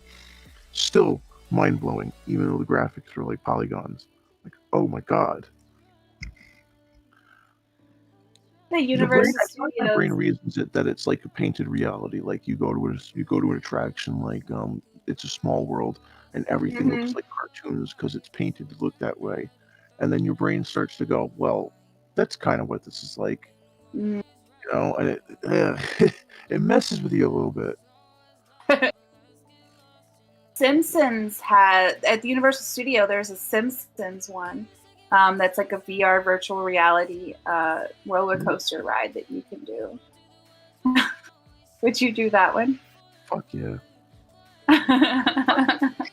The tree inside Disney World, the Tree of Life that has all the animals carved in it, has a Bug's Life attraction the last time I saw.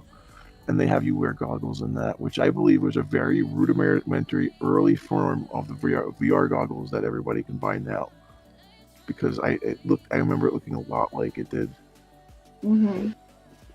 Man, our chat has quieted down. Did you notice that? I killed them with the dirty. I think our producer's dreaming about bacon now. Like ever since we started talking about bacon, I mean, like he's like done. He's like comatose now.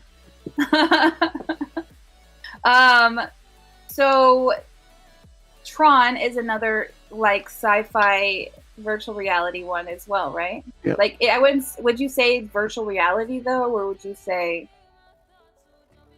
virtual reality? But kind of fucks with the term virtual though, because in Tron, it's as if all the features and functions of your computer, like processes and programs and executables, are all personified like people.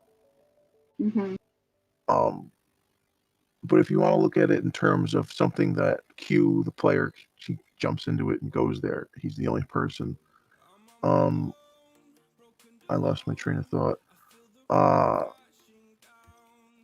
Oh, there goes the train of thought. There was a fucking full thought there too. It's okay. In terms of the look, I wanted to say that that's already here. Tron is already here. You go in, you play a game, you feel like it's completely all the way around you. Which would be the virtual reality goggles, no? Yeah. And those really do it. Like you turn your head, there's head tracking, and you see the world behind you, not your room, you know, like that's what really messes with you. You look down, you see either nothing or your avatar feet. So the treadmill virtual reality goggles treadmill thing, it's like omni. Have you heard that one? Omnidirectional.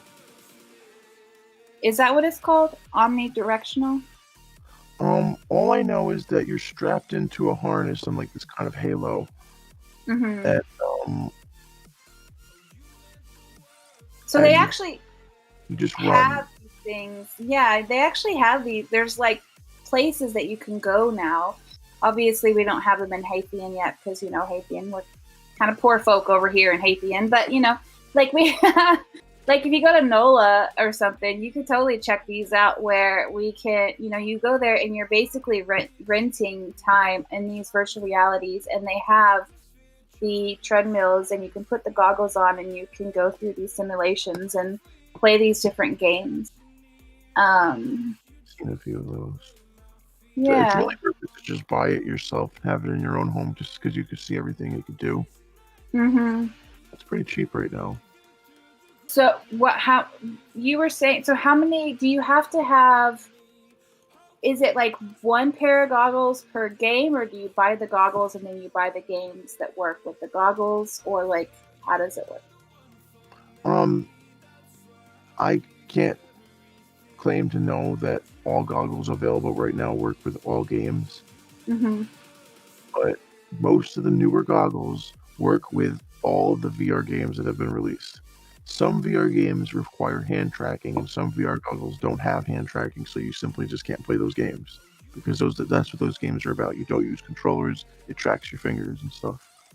Can you just play them through like computer games, or is it all through like a game console type games? The first VRs, the first what do you call it? Consumer VR headsets needed a PC. You had to be hooked up to a PC regardless.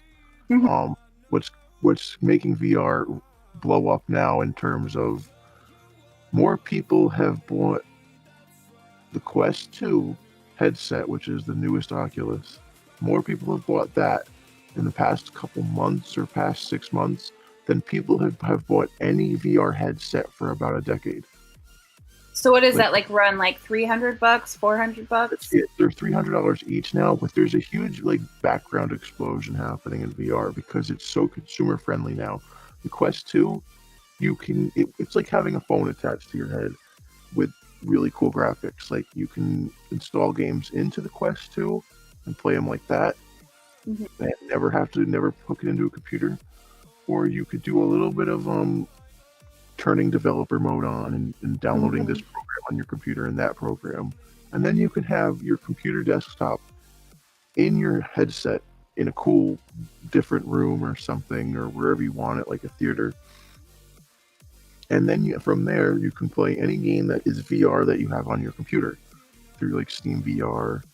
Well, the treadmill one is only like $1,300. So for $1,000 more, you could have the one that you can actually walk around on. They're getting cheaper, and it's not. Some of them are electronic treadmills that move, but all you really need to do is wear a specific kind of pair of socks and just have a round beveled surface that you run on and be held in one place. And that surface, either the goggles track where your feet are going, or maybe it's a little electronic and it tracks the direction your feet are going in. So instead of pushing a toggle forward, your legs are doing it. I wonder how many accidents have happened with VR goggles so far. I have a sign in my office that says 0 days since last VR accident. And so you just flip one whenever you have an accident. It's been at 0 since I got this headset. I punch things accidentally. Beat Saber. There are people who only use the headset for Beat Saber because it's so fucking fun. Beat Saber, they throw blocks at you to the tune of a song and you slash them. Like if Star Wars had Guitar Hero in their universe. Oh my gosh! Is that like the Ninja Fruit game? It's you know that game? But it's neon and different colors, and they got some lesser known music, but they've got like Linkin Park you can buy. You can get I got the Green Day, but there's a free game that has all kinds of music because it's not charging for anything, called Moonrider, where you can punch the blocks too. You can slash them, but you can punch them. So then you can just learn how to kick someone's ass by punching a song like Du Hast. That'd be fun. You can punch Du Hast. That'd be awesome. Can you imagine like Roblox, like doing that in virtual reality? Like going around beating rocks, but rocks, and then or not Roblox, but what's the other one? Minecraft. Sorry. There's virtual reality Minecraft, and yes, you are punching the blocks. You're punching the tree for the wood. You're punching the ground for the dirt. Is there a forest VR? Yes. Oh my god! I played it, and I am very happy and fortunate that nothing came at me while I was hanging out. But you have to. Can you imagine? Down. Oh my gosh! You have to lean down. Like remember, you have to hit the luggage open because it's quote unquote locked. You have to smack. Well, you have to lean down real close and smack that luggage like real life.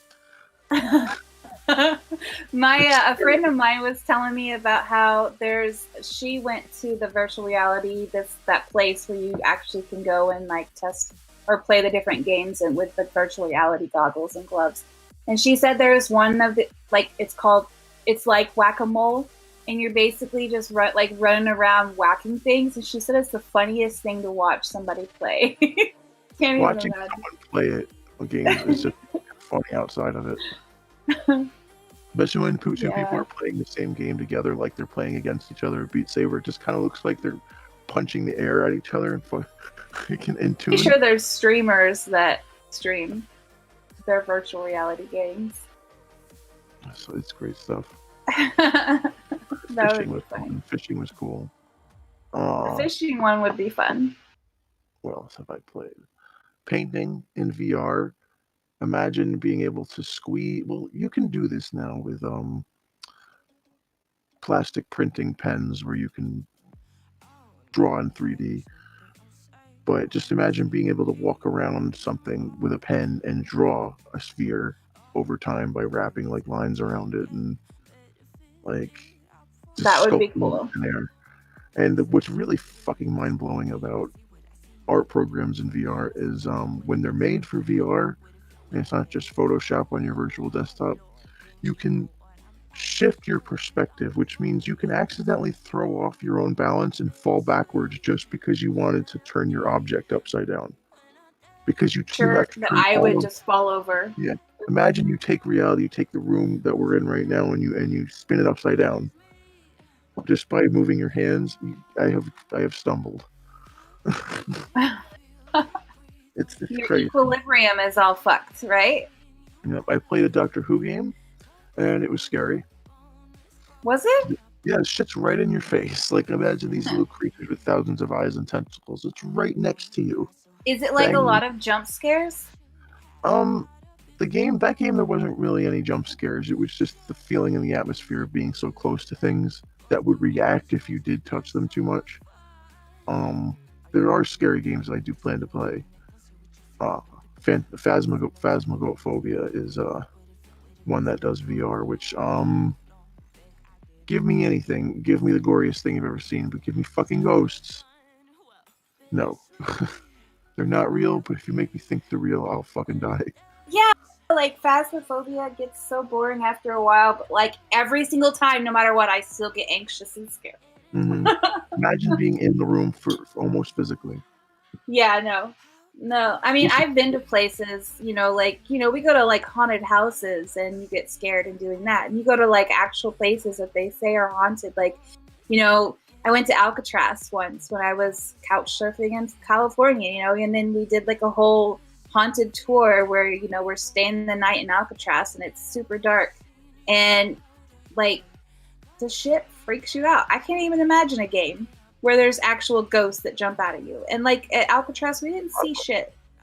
But like an actual game where you see things? No, thank you. I'm gonna have to try all these things out. Have you seen Sense8? I know this is kind of like a little bit different, but have you seen the TV show Sense8? I think I watched a couple episodes of it, and I wasn't able to follow, or it just wasn't my bag at the time.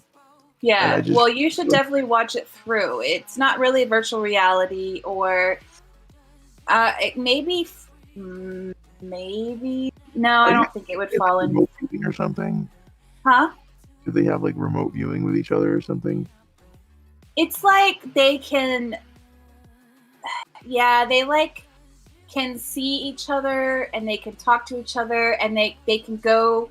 Basically, if you're connected in the sense, if you're a Sense8, then you can see your other cluster. Like you could, like if I had a cluster person over in like Colombia, I could see like their house and I could view like I could taste like the tea that they're drinking and or if they're smoking a cigarette, I could taste. Human blockchains. It's what? Like human blockchains. Like I how don't know cryptocurrency works. The only way that cryptocurrency works is that it's like a bunch of different problems, math problems and numbers and algorithms that are all being like crunched. I don't know exactly how to explain it, but it's a bunch of numbers that you can only get correct if you have all these different data packages from different places. So that's what keeps it secure, supposedly. And now I don't know if it's like that or Sensei not. seems like is how you would keep information secure. Is you take it, you divide it up between 8 people. You'd have to just watch it. But my whole point of like getting into this is thinking of people in virtual reality. Like there's this one scene where this chick is seeing one of the Sense8 people and she hops on the motorcycle with him. And I'm thinking, is she back in her apartment, like riding around the apartment going, you know, just like acting like she's on a motorcycle? Because sometimes whenever they're visiting their like Sense8 person, they're someone in their cluster, they're like talking to them, or like they're doing like if they're like kissing or something, then it actually shows them like making out with the air, and it's the most hilarious thing. So I'm thinking like these VR shows, if you think you're riding a motorcycle, you know, laughing at people, trying to run around. Like when I play this, especially when I was playing the fishing game, because it's very much like looks like you're fishing. You're trying to, but you're just like in the air. That'd be funny. Nothing. Rizzo is saying that when we were talking about the haunted shit and the ghosts and everything supernatural, he said this needs to be a whole show. Like I am totally down for that. Like if you want to come back again and do a supernatural show, I am totally up for this. This is probably one of my favorite topics to discuss. Is I might be scared. Everything's spooky. Yeah, I love it. It's so much fun. Pretty soon, I'm surprised that they didn't come out with some kind of like, with things, like, I guess it would be considered like a haunted house. Like these survival horror games would be like these virtual reality would be like walking through a haunted house. Like there's plenty of that. Yeah, like if you and I went to a haunted house this year for Halloween. I'm telling you right now, it's called Haunt Scope, Haunt Vision. Haunt Vision? It's Haunt something. But not like like one where people jump out at you and like scare you and things like that? What you can do is you and about 6 other people can rent a viewing, and I don't know if it's live or if it's pre-recorded, of someone with a 360 camera on their head going through a haunted attraction. And you got the sound in your ears and, and the visuals in your face, and people can either watch it on their computer or watch it through VR. And you can, from home, visit a haunted attraction. So that exists. That would be fun. That would be so much fun. Think about doing that. If you do that, you got to let me know so that I can experience that with you. I gotta try. Get a crowd. I don't know if it's just in developing stages or not, or actual haunted houses have put theirs in there. Mm-hmm. But it's like the fucking coolest thing I've ever heard of. Yeah, that would definitely be fun. I do enjoy, I don't know, I think that would probably take away from the enjoyment of actually going to a haunted house and like actually getting the experience of walking through it and just being a part of it. I guess that's the whole virtual reality thing though. Like, I don't know, like, would you think it would be much different? That way. I think there's a lot of people who don't go to haunted houses because of this is a whole other show to talk about. I could talk about haunted attractions forever. I know someone who's made a bunch in town, but lost my train of thought again. Keep thinking forever. It's gone forever. Well, that's okay. We've been talking your guys' ear off forever. You've got a brain fart. Getting tired. It's late. It's getting late, guys. We have been talking for over 2 hours now, and I really hope that you guys have enjoyed this show. We definitely, we're going to have TVHead back. We love it when you come here. Our viewers love it when you come and talk to us. I mean, I enjoy it. It's always a blast. I learned so much when you're here. This was so much fun. Yes, it was hella fun. I know our producer loves it. Yeah. So I really hope that you guys enjoyed it too. Don't forget to check out, find that Rize logo. If you find the Rize logo, there is a 1K shopping spree at Backbone. You have to be the first person to find it. And just let us know on Twitter. We're going to post up after this. And, our poll. So what should we do? I was thinking about a poll, but maybe you could help me come up with a better one. My poll was, my poll was something to do with the whole simulation thing. Do you believe that we're in a simulation? Yes or no? Or the whole thing of, would you find it cool if we were like in a simulation or whatever? Like, what do you think our poll should be? I think that's a good question. And there's another one I want. I think this is one of my brain farts that I lost. The question of, in religion, like, do you need a Bible to tell you not to kill people?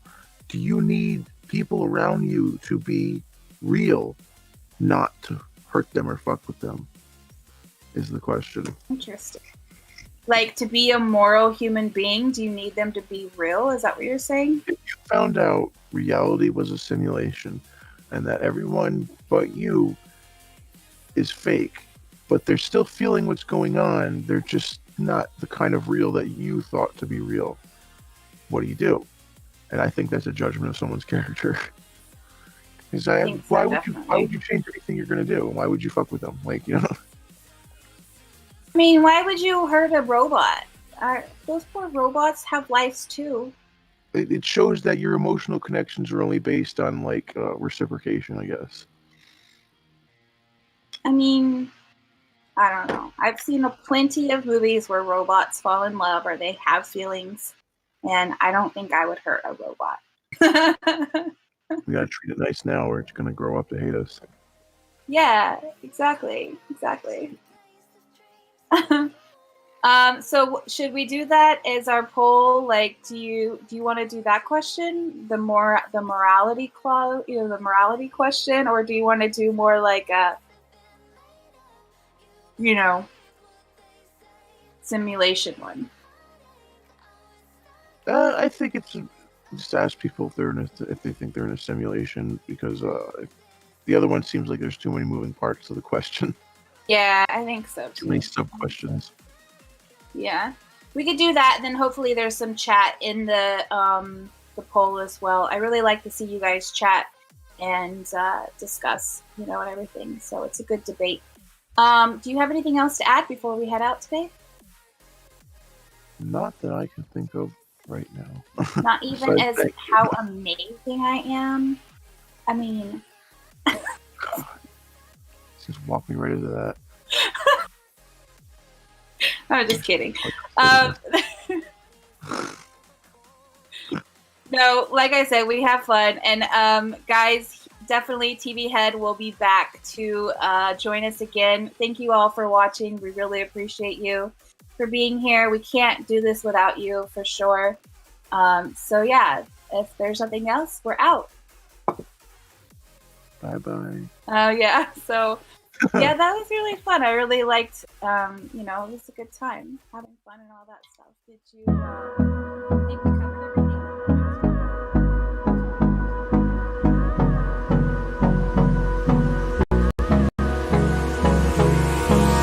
Hold me close till I get up. Time is barely on our side.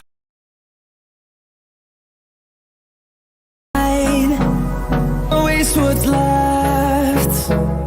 We chase the leading us, and love is all trust. No, I don't wanna waste what's left. And on we'll go,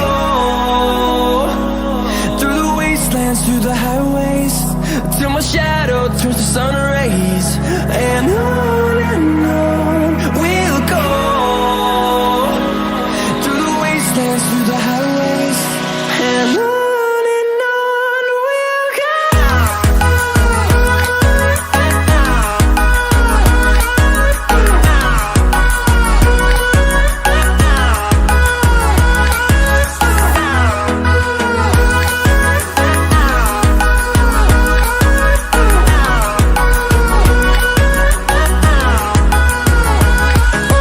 On we'll go.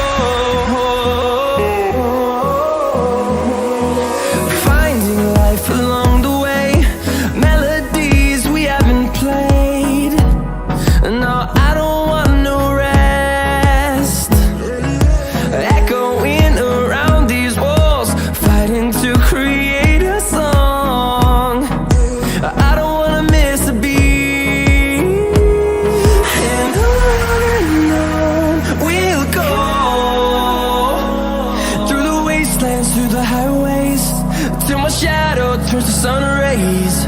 And on we'll go, through the wastelands, through the highways, and on we'll go.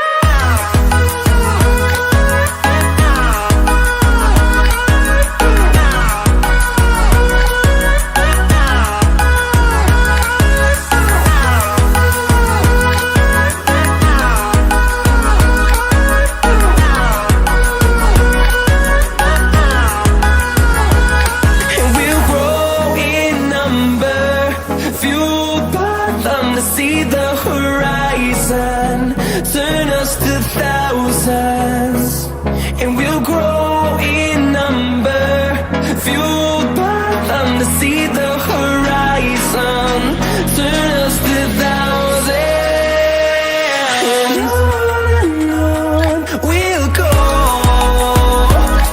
through the wastelands, through the highways, till my shadow turns to sun rays, and on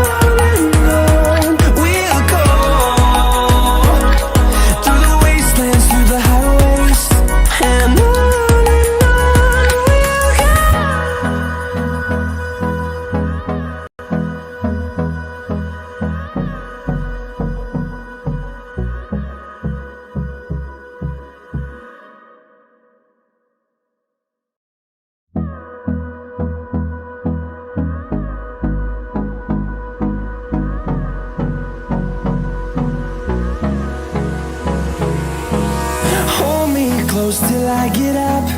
Time is barely on our side. I don't wanna waste what's left. The storms we chase are leading us, and love is all we'll ever trust. Yeah, no, I don't wanna waste what's left. And on we'll go, through the wastelands, through the highways, till my shadow turns to sun rays.